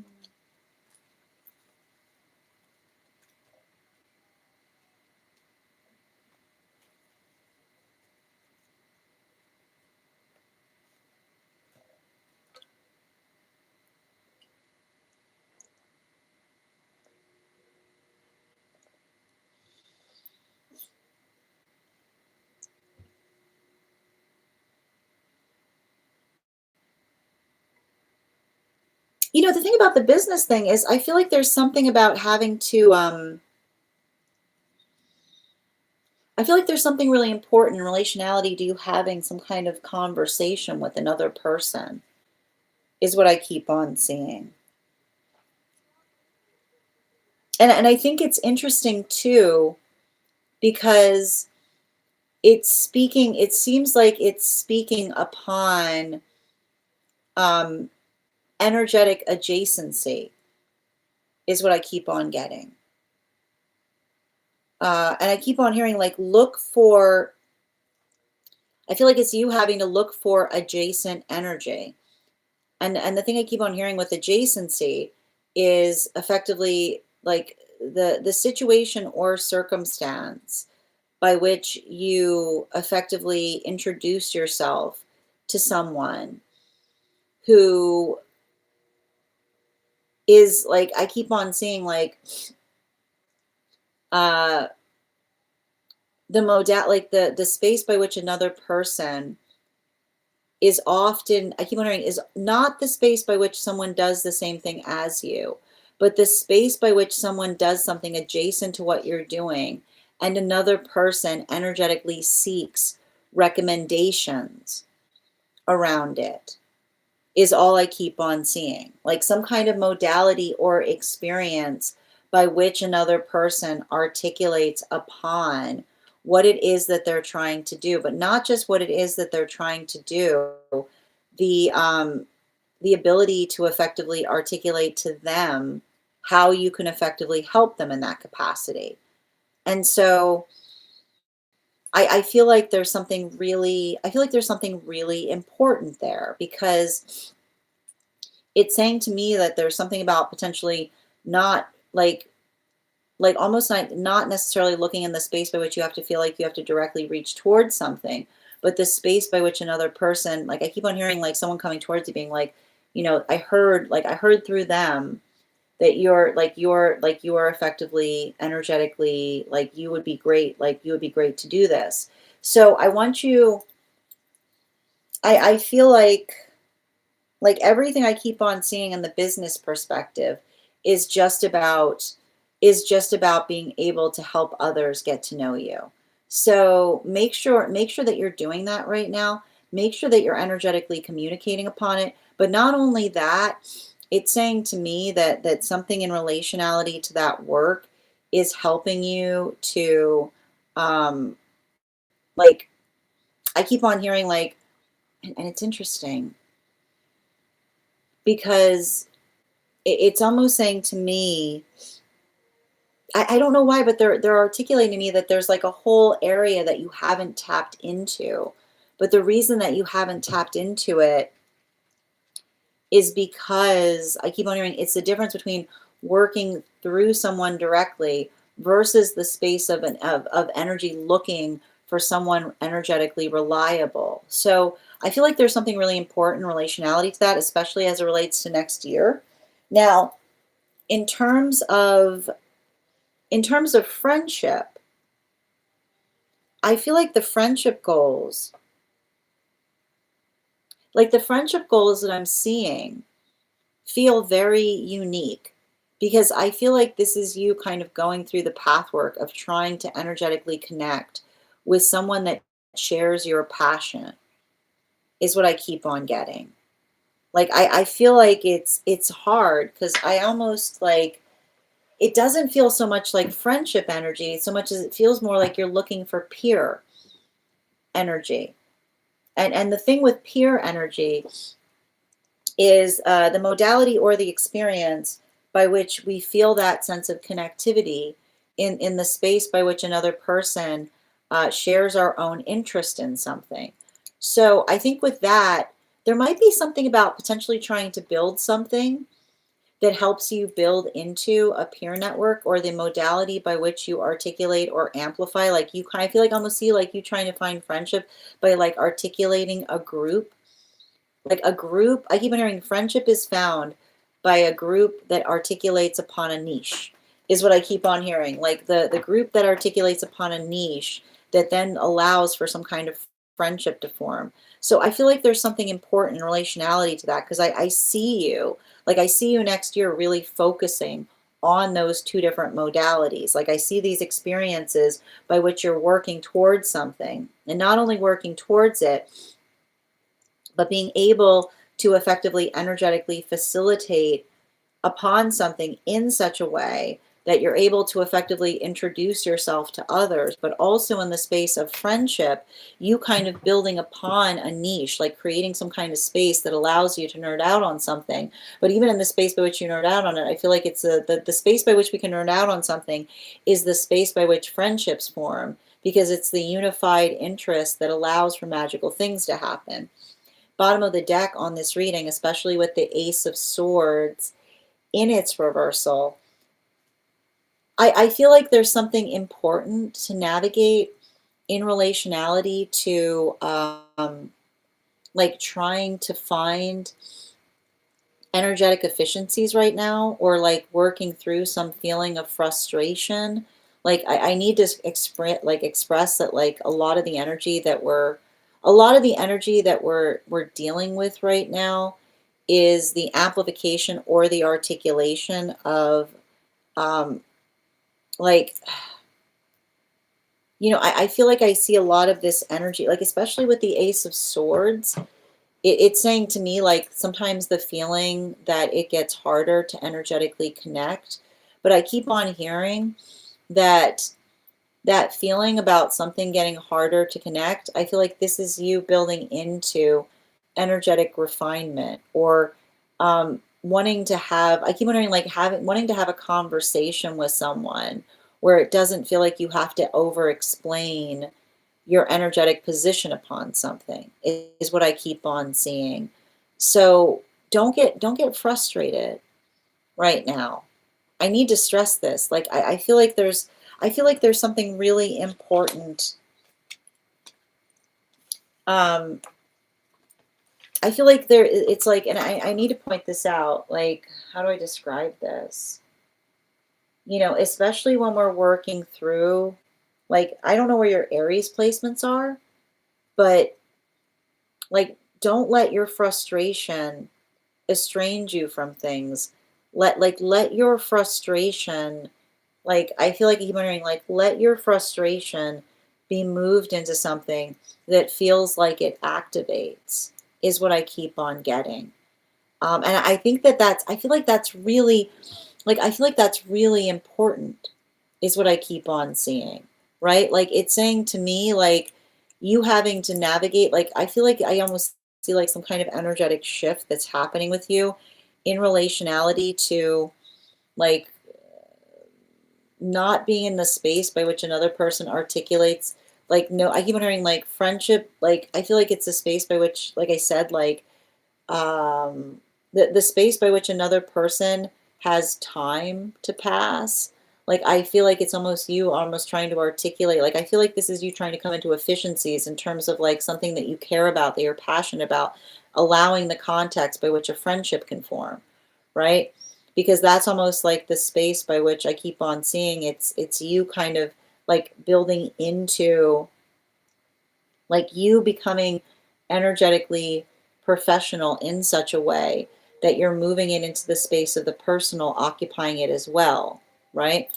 Thank you so much for having that reading with me, Melissa. And if this message is connected to you as well, it's very common for those who need these messages to be here to experience them. We are doing personal readings right now, and I am actually going to be closing. I'm actually going to be closing the list, but if you want to get on the list for tomorrow, you will be the first person read for. It is 3 cards for a donation of $29 or more 4 cards for a donation of 23 or more for my subscribers. Links in my bio. Please keep in mind there are 2 things I don't read for across these apps: pregnancy and medical. Happy to give insight on anything in private readings, and you can book private readings on my site. I'm going to take a moment to read over some of the comments that came through as I was reading.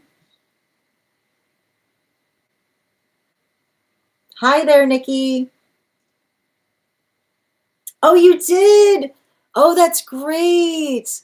It's a beautiful deck. No, I love this deck. They haven't used that one before?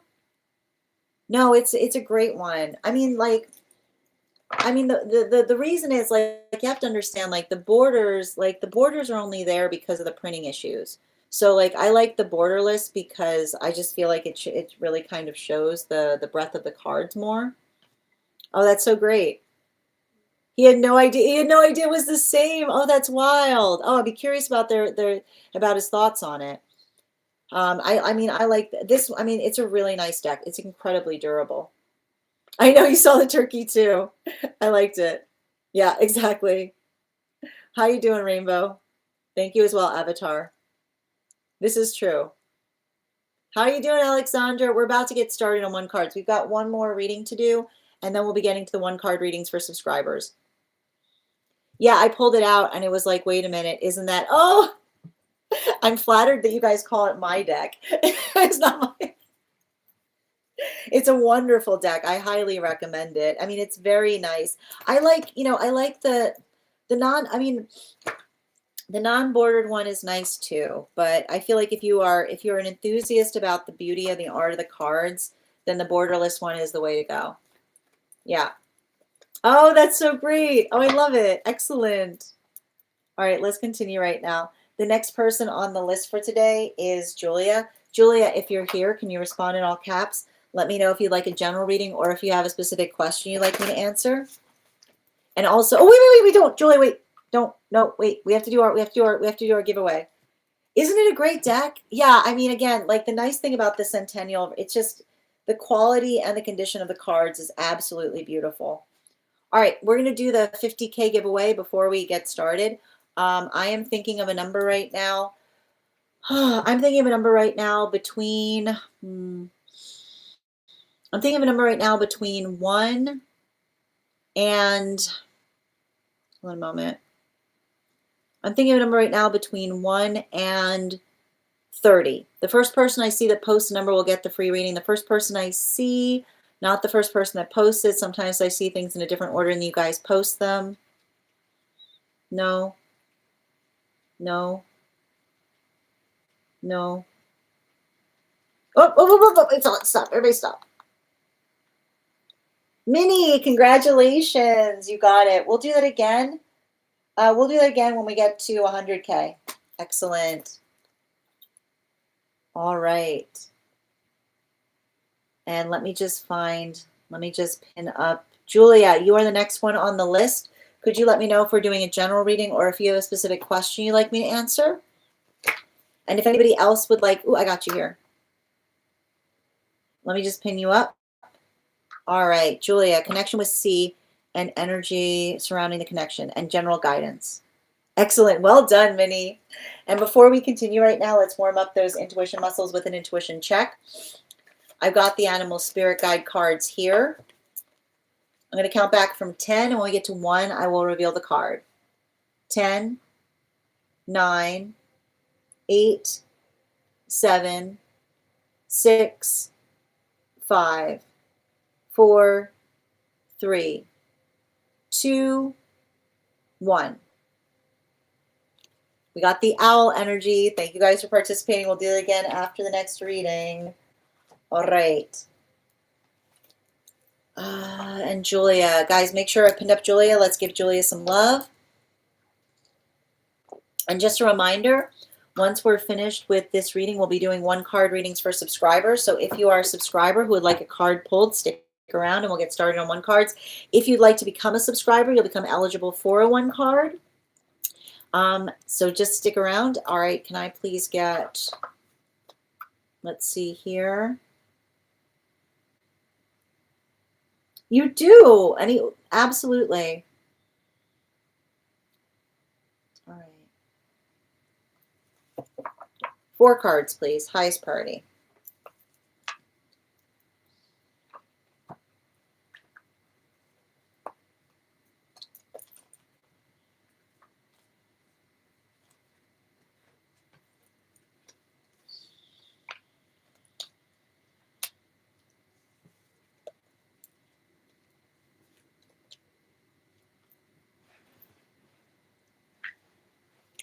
So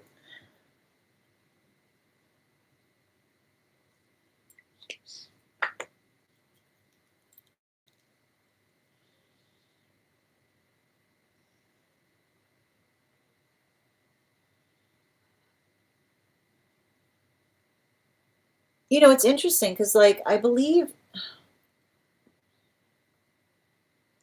feel like we've read into this before in relationality to working through some kind of experience by which,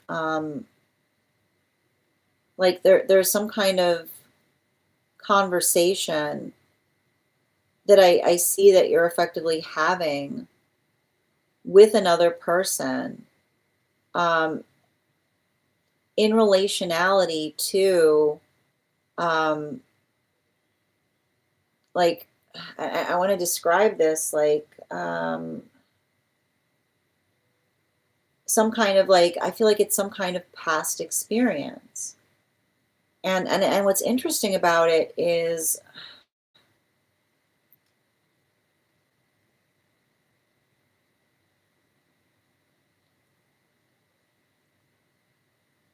like, I almost,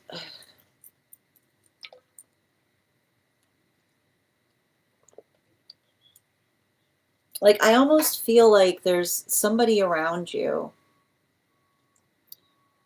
that was, like, working through the space of trying to articulate upon the fact that they were focusing. I feel like I just keep on hearing somebody say they were focusing on the wrong things, is what I keep on getting. You know?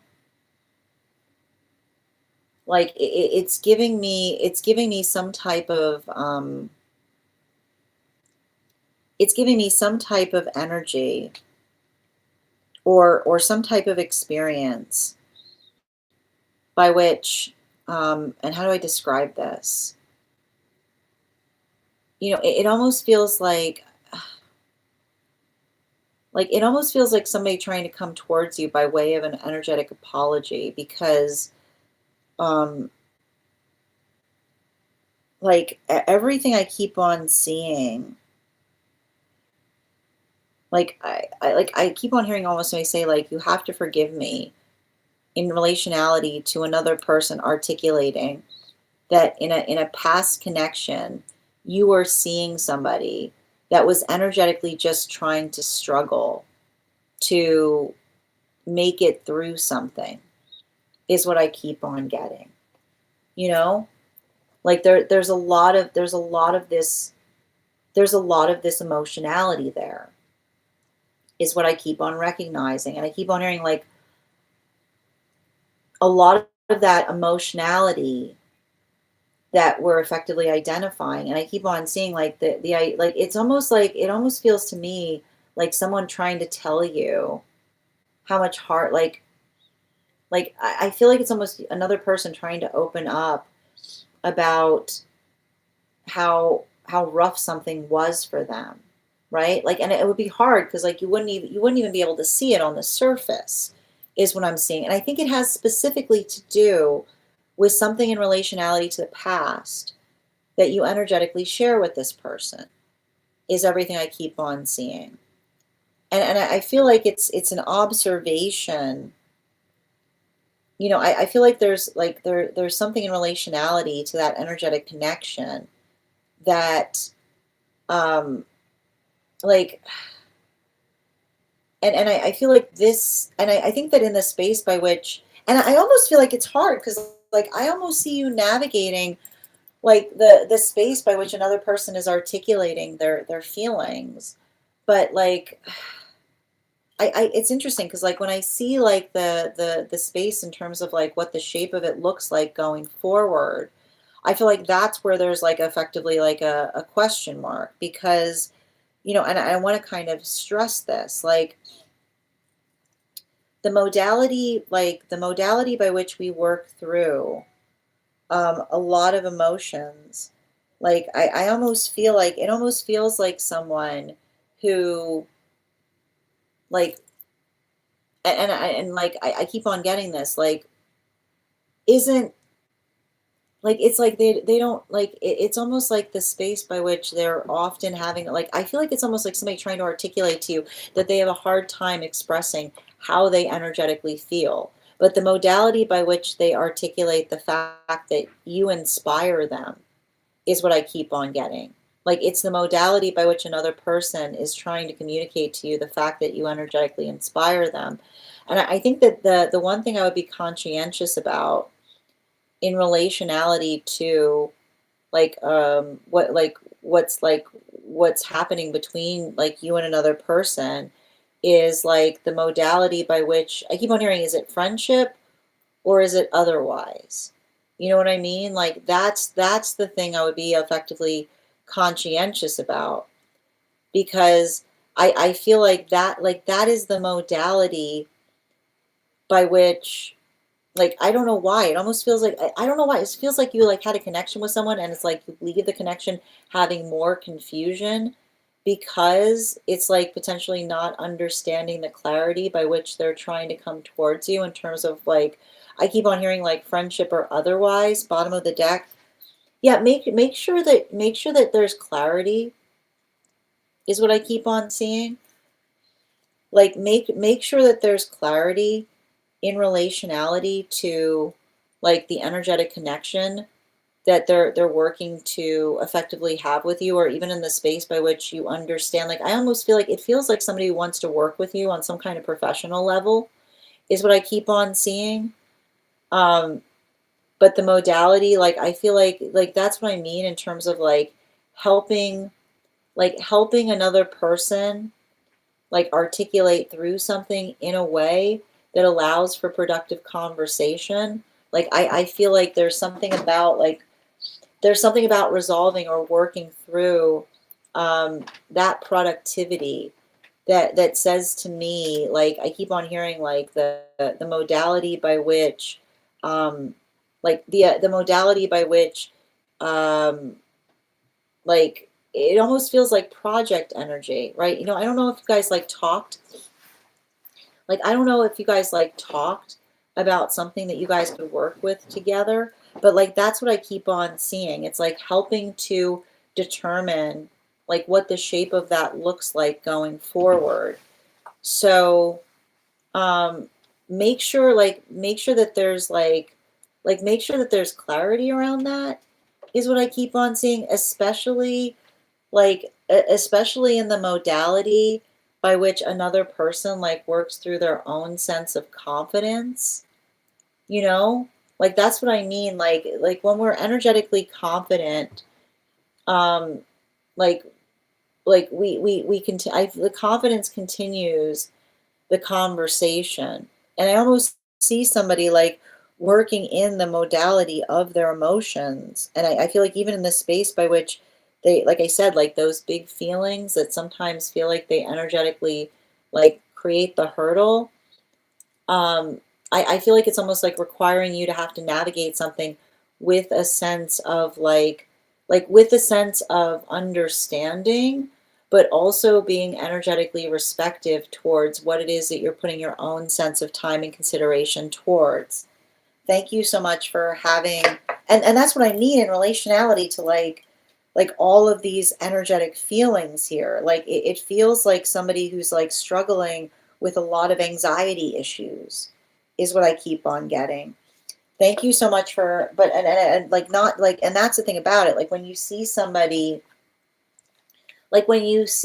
working through that anxiety, I keep wondering like that anxiety can be hard not to take personally, but make sure that you're handling it in the space of being make sure that you're handling it in the space of being productive in terms of um like I keep on hearing like what you can effectively navigate versus how I feel like it's like it's having to articulate to another how it makes you feel is what I keep on getting, right? And that's what's hard about it. Like sometimes when we're experiencing another person's anxiety, it's like it's working through the space of saying like I understand that you're working through the anxiety, but this is how I'm experiencing your anxiety, is the space by which you help another person see the fact that something energetically affects you as well. And I feel like there's something really important in relationality to that, in terms of like being energetically productive, but not just, I keep hearing, not just being productive, but being productive and not feeling reductive, if that makes sense, right? Like the modality by which another person doesn't leave you in a space of not necessarily knowing what to energetically expect. Thank you so much for having that reading with me, Julia. And if this message connected to you as well, it's very common for those who need these messages to be here to experience them. We are doing personal readings. The list is closed, but if you want to get on the list for tomorrow, you'll be the first person read for. I'm going to take a moment to read over some of the comments that came through as it was reading. Excellent. Oh, Julia, sending you support. Nikki, I like grumble, grumble. Congrats, Minnie. Yes, Heather, you still have that. So the list is closed today, but again, you can always, the 50K is always available after, like the day after it's received. So anytime you want to get on the list now, you can do so. Yes. I feel like this is a lesson in choosing myself and self-love. Yes, I just went through this. Thank you guys for supporting each other. And it's interesting too, because I feel like it's somebody who is working through the space of their own anxiety, you know? Like I keep on seeing a situation by which another person's anxiety gets the best of them. Yeah, exactly. Well, I hope this helps clarify in terms of what I'm seeing, you know? Oh, I was in college previously talking to one of their friends, and that was short-lived. But this is what I mean in relationality to the anxiety. Yes. Oh, that's why. And then again, they go, oh, Julia, I'm sending you so much support on that. Yeah, I haven't gotten into that conversation. Sending you support on that journey, dear. I hope this helps, because everything I keep on seeing in relationality to that, like I see somebody like struggling with a lot of those issues. And again, I don't want to make this a medical reading, but like I almost see somebody like you, I almost get like you would never know it. Like, you know what I mean? Because like I feel like there's that modality of confidence, but then they feel like, I feel like it's like the energy of the one-on-one by which they start feeling a lot of anxiety in relationality to how like connecting with others. You're so welcome, dear. I almost feel like somebody who's like trying to figure out a way to energetically apologize is what I keep on seeing. You know what I mean? Like I've got a lot of that, energetic tension there. All right, let's continue right now. All right, we're going to be doing one card readings for subscribers now. So if you are a subscriber and would like a card pulled, and you've not had a card pulled yet today, you can go ahead and put your question in the comments. I'll be happy to pull a card for you. If you would like to become a subscriber, just hit the top of my screen. There is a superfan status will make you eligible for a one card reading. Yep. Yes, I got you, Alexandra. Highest priority, please. Whoop. Yeah, Ace of Wands in its reversal.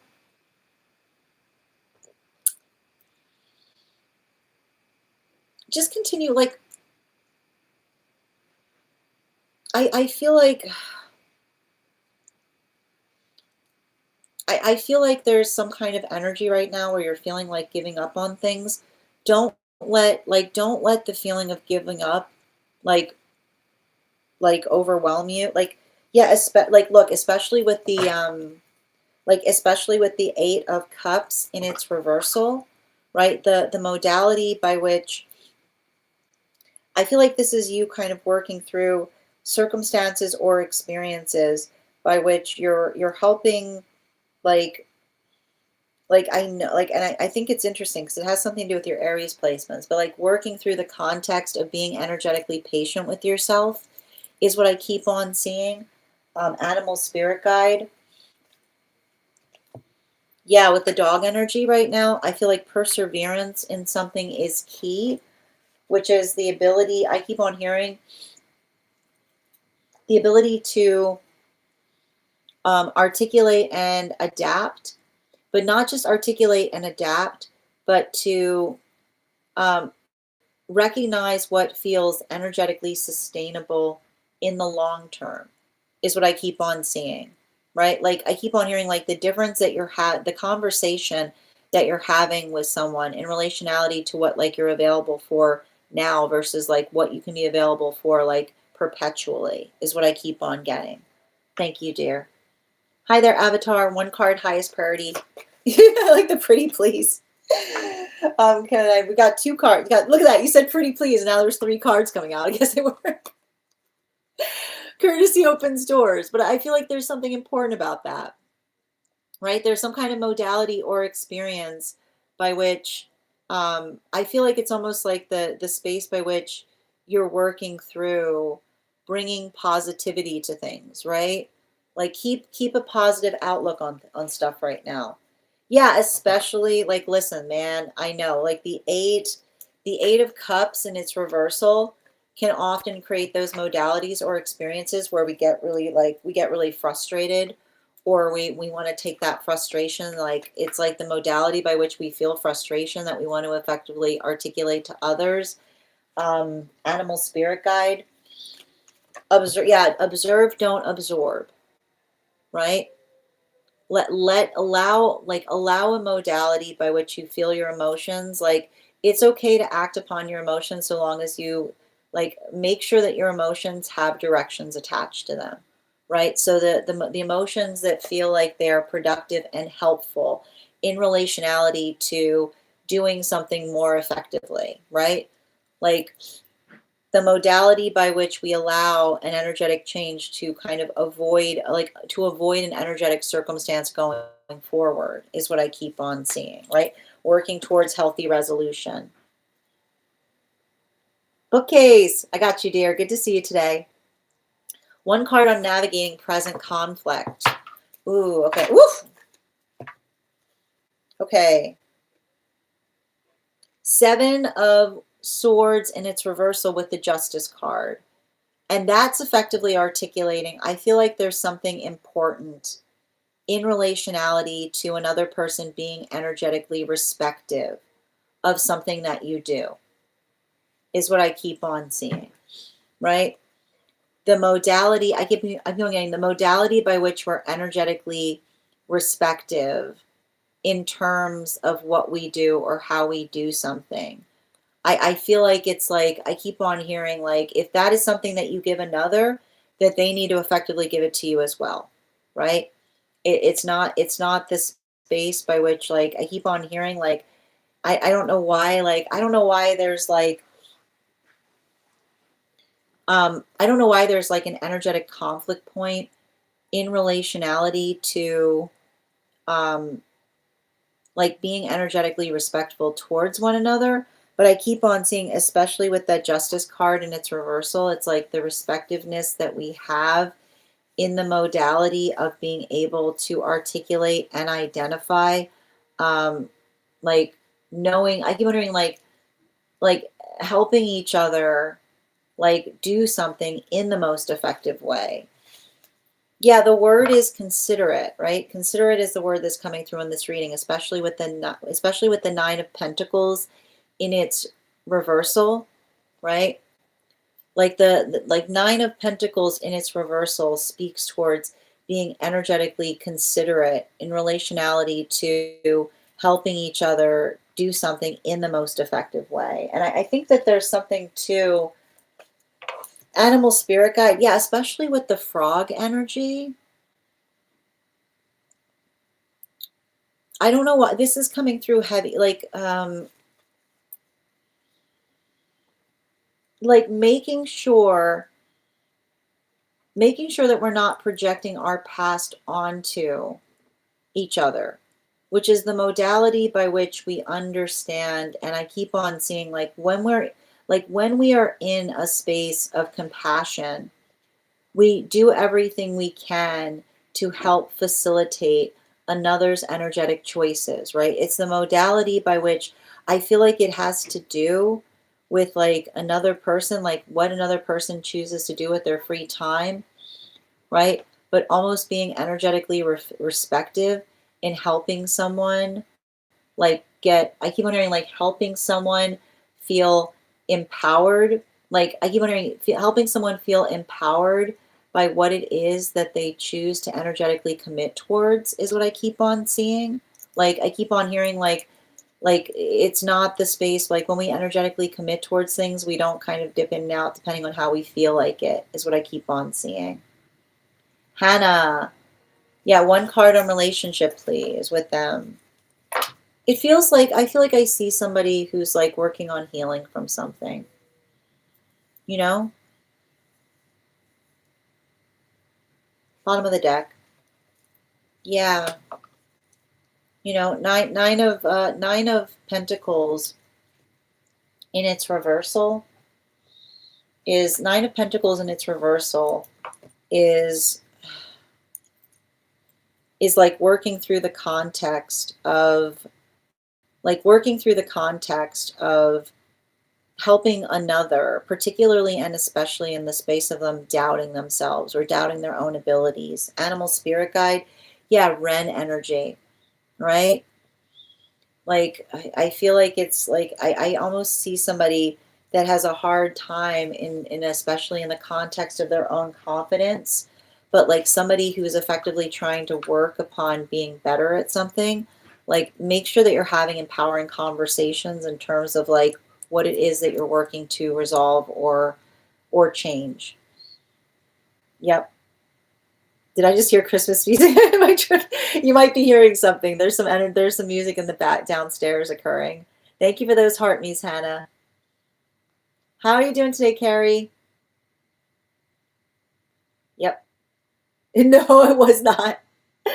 I don't think it was. Bookcase, thank you. I'm sorry. You don't worry about posting twice. No, it's okay. But I need to point out, like, that's what I mean in relationality to, like, that's part of the reading, though, bookcase, right? Like, the space by which we help each other do something the best way possible is whether someone's being respectful in terms of that to you as well, right? Creative, one card on the rest of the week, please. Woo! We've got got a lot of energy here. We got the Two of Cups in its transverse with the Ten of Pentacles in its transverse and the Six of Pentacles. So I feel like there's a lot of this energy that we're effectively seeing. Make sure that you're like, I feel like this is you like having a conversation with someone sooner rather than better, like later in relationality to like working something through, you know? Like, it's the modality by which you say to another person, like almost like I feel like it's the empowering space by which we have a stabilizing conversation in relationality to working through something. But I keep wondering, not just like working through something, but um, like helping another person see or understand, like what something like, especially with the Nine of Pentacles in its reversal, right? When someone's feeling a lot of pressure, like the space by which another person feels the state of being like energetically in a modality by which we don't add pressure can often feel like it is tremendously helpful, is what I keep on seeing. So like, I feel like it's almost you kind of like working into the context of being able to identify or recognize um, like how much, I keep wondering, not just how much something means to you, but also the space by which you're able to articulate um like I feel like it's almost like you having to tell someone how much you deeply appreciate like someone working towards your own sense of comfortability. You know what I mean? Like it's a lot of it's a lot of that type of energy is what I'm seeing. You know?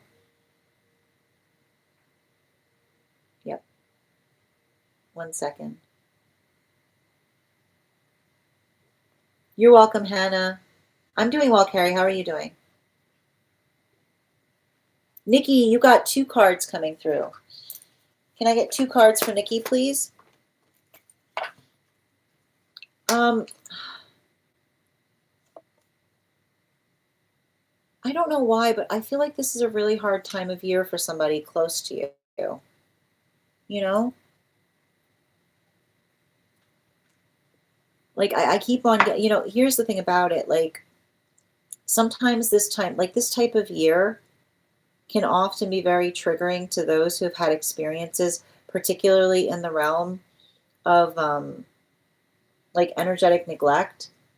So like, make sure, I feel like it's the modality by which you're trying to help somebody um, identify and recognize um, like how to how almost like saying to someone like how can I help you, like how can I help you in a way that feels like I'm not energetically overstepping is what I keep on getting, because the thing is, yeah, especially with the Queen of Wands in its reversal, often I see energy like this in the modality of someone who has a hard time asking for things, right? And the hard part is when we're trying to heal in the space by which we have a hard time asking for things. It's the space by which we have to it's the space by which we have to constantly reaffirm to someone saying you know, like you asking for something isn't too much of an energetic hardship, right?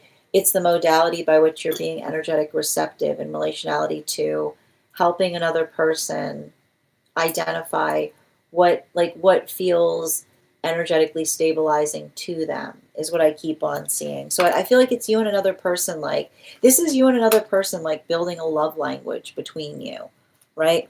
The modality by which we are effectively able to attenuate or recognize like what we need, like the way we care about each other is helping to facilitate that need to others around us as well. I didn't see your question come through, Yaz. Feel free to post it again. And your animal spirit guide card on that, Nikki. Yeah, especially with the horse, right? Like the modality by which we work, like the modality by which we work through something. And I need to like point this out. Like sometimes um I keep wondering, like sometimes like this when we feel a lot of emotions, sometimes the moment by which we're feeling them is not the time to speak upon them, right?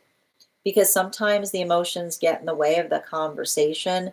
So it's like the modality by which you say to somebody like we don't have to talk about it now, but I'd like to talk about it later, right? The modality by which we understand that we can. I keep on hearing like we put pins in we put pins in the space by which we understand that sometimes a conversation when we already feel like there's a lot on our plate can feel a little like too much, but the space by which we effectively articulate that we're going to have it, you know what I mean, like it's the space by which we effectively, like I keep on hearing like we double back on something in order to articulate upon a better way of doing it going forward is what I keep on hearing. Absolutely. Oh, I love that, Carrie. It was yesterday. Okay. I got you good. One moment, please.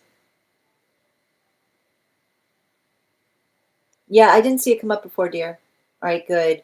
What is the energy around the conflict with that person?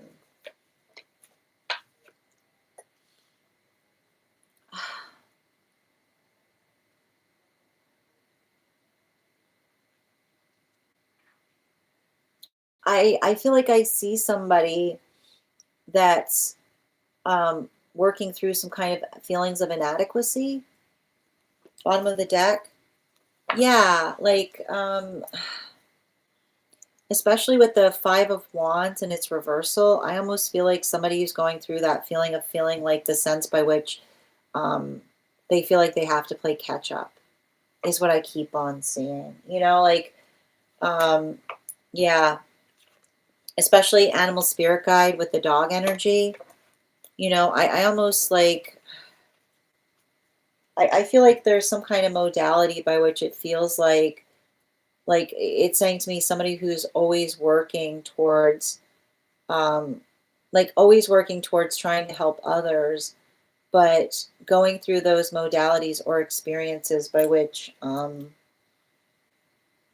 feel like it's them, like I almost see them like working through their own energetic frustration in relationality to trying to communicate, like particularly when they're feeling energetically frustrated, is what I keep on seeing.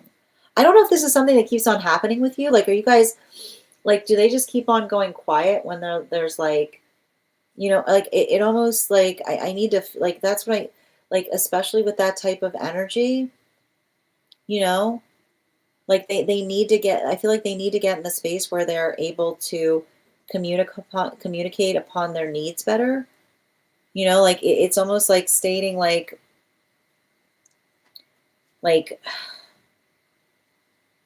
how do I describe this? It's a lot of that. It's like a lot of that energy there, and I feel like a lot of it, like I feel like a lot of it is some kind of like I keep on hearing like it's the space by which they feel like they lose confidence in themselves. You know, Sonia, one card highest priority, please. Oop, that's not one. You got three coming out. We're gonna read all of them because that's what we do. Um, just work on what's productive. You know, like recognize and identify. Like I keep on hearing, healthy energy appreciates you doing what, like working into the context of being able to energetically facilitate upon what it is that you're actively working to do. Let that inform you is what I keep on getting. Bottom of the deck. Yeah, especially with the Five of Wands in its reversal. Um, I feel like a lot of that energy that I'm seeing there, like particularly with the Five of Wands, it's like like don't get energetically, like don't feel like you need to like if someone wants to perceive you incorrectly, like don't get into the habit of try to like clear somebody, like don't feel like you need to get in a space by which you have to argue with someone about the fact that you're a good person, is what I keep on seeing. Like, especially like animal spirit guide.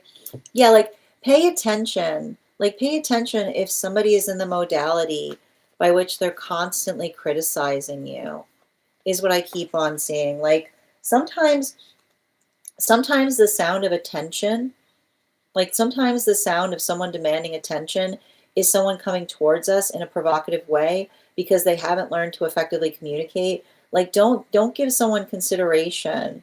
Like don't look at it in the space by which, like understanding the context by which someone needs to like fix their heart space, right?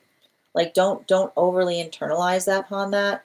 Just like, this is why I feel like you can say to somebody like, like that, like that's great for like, it's like especially like it, again, like don't feel like, don't get like, don't match someone's energy in terms of them provoking you. Remember who you are, is what I keep on hearing. Yep. Yeah, as one card, I'm waking up with the song. Oh, okay, I don't know that song, but let me see what we got here. Wow. I mean, I do feel like it's something in relationality to building into healthy connection, but I keep on getting something about that energy building into connection. Um, it's interesting because I feel like in the space of a karmic, I feel like it's all like the reason. It's interesting that you said this. I don't know the song, but you're saying want to know you, right? Which is the space by which it's not enough simply to want to know someone, but the space by which we become like actively engaged in doing the work to get to do so, right? It's almost saying to me, like, I keep on hearing like no cool energy, right? Like, not, it's saying to me like you're healing from that modality of someone, yeah, especially with like the moon. Like, that's what I mean with like no cool energy, with like the moon in its reversal, which is like somebody who, like someone who tries to like someone who tries to like like make it make sense, with someone who wants to try to get your attention, but not articulating that they do. It's like the modality by which we just have those like situations by what by like, and I feel like it's you kind of moving into the the space of someone feeling that sense of energetic possibility. But I keep on hearing like the possibility that occurs in the modality of another person just being invested in getting to know you, rather than somebody like trying to like rather than someone like trying to how do I describe this, like rather than someone trying to like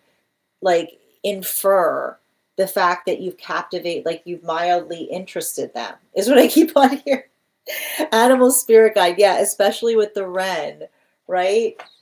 Like, I feel like this is you healing from energy, like dismissive energy, or from the energy that effectively made you feel like energetically dismissed in the space. Because I keep on hearing it's a koan, because when we when we want to know each other, we articulate the energetic interests. Like, we build into the context of getting to know one another, right? We don't, like, I keep on hearing like no cool energy, which is somebody being like you know what I mean? Like, oh, that's like somebody who's trying to like draw your interest by just like observing the fact that you're there and expecting you to effectively do the work, if that makes sense. Can I ask how I read transverse cards and bookcase? You just asked me how I read transverse cards. I do whole classes on that. It really, it depends on the card. My tarot classes focus on that. All right, one card, please, for Minnie. Highest priority this week. The Lover's card. So I feel like this is you building and fostering healthy relationships, right? Bottom of the deck, yeah, the Moon card. Honesty that fortifies healthy relationships. Animal spirit guide. Yeah, you got two cards coming out. This is you and another person healing wounds. And I feel like there's something about this energy right now where it's triggering, but the modality by which one doesn't allow oneself to be triggered, but talking about the vulnerability is what builds something even stronger. Carrie, these are one card readings for subscribers if you'd like to become a super fan. Is this mine? Nikki, I already read for you, dear. Yep, I had a, if you go back to the place where we keep the videos, you'll be able to find it there. I apologize. Yep. Yeah, consistent communication.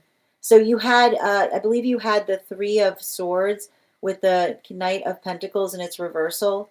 So someone who has a hard time articulating their needs, being able to amplify to another in terms of saying, like, how can I best help you at this time? Dealer's choice. How you doing? It's my, makes a lot of sense. It's my, I was waiting for your question to come through. Yes. You're so welcome, Yaz. Okay. I heard it. Love that. You're so welcome. BB, good to see you. One card in career, please. Be patient. Many things can be happening under the surface. You have to be patient with yourself. Bottom of the deck, right? Working through patience. Patience pays off, especially with the King of Cups. Animal spirit guide. Yeah, especially with the cat energy. Like allow the context of being able to, like, I feel like there's something important in relationality to that in terms of you kind of, like, I keep on hearing like building into a sense of energetic like reliability, or something about you learning to like build into the space of saying energetically centered and not getting too hard on the self in the journey of coming towards a career. So just be patient, especially as it relates to being able to articulate upon what that is what I keep on seeing. I feel like this is you kind of getting a better sense of the shape by which you're trying to build something, is what I keep on seeing. Yep, absolutely. All right, final call right now for any of my subscribers who have not had a card pulled yet today. Oh, I think I owe you, yeah. Yeah, BB, I owe you another animal spirit guide. Yeah, especially, yeah, like especially with the dog energy, right?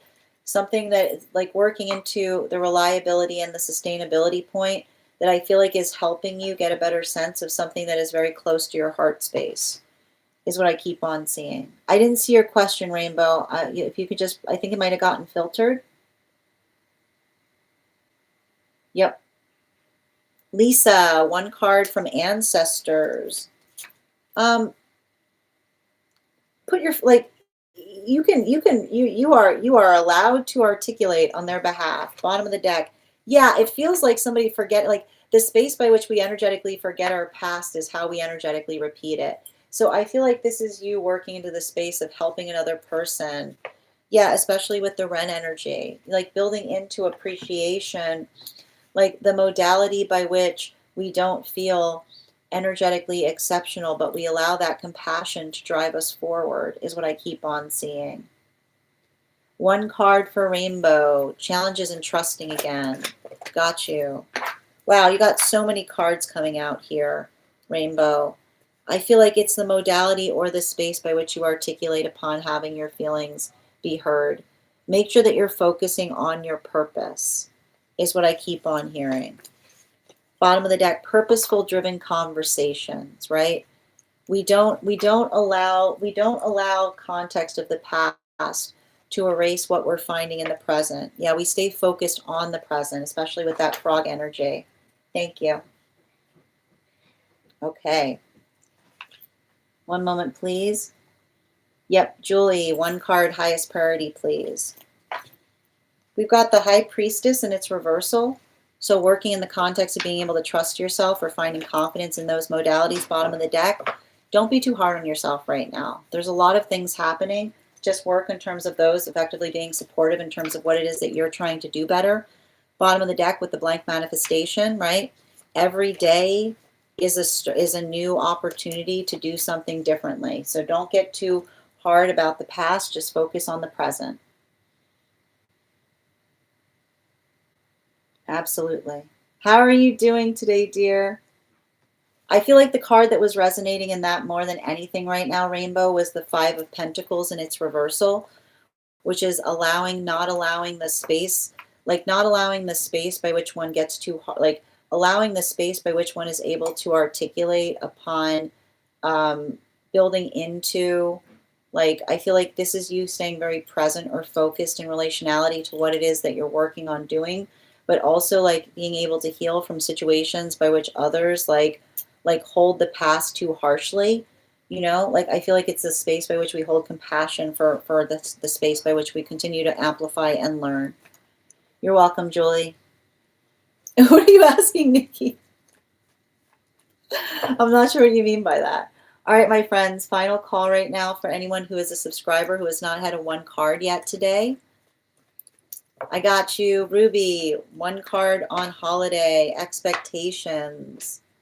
The Nine of Wands, and it's upright. I feel like this is you working through the context of being able to identify and articulate.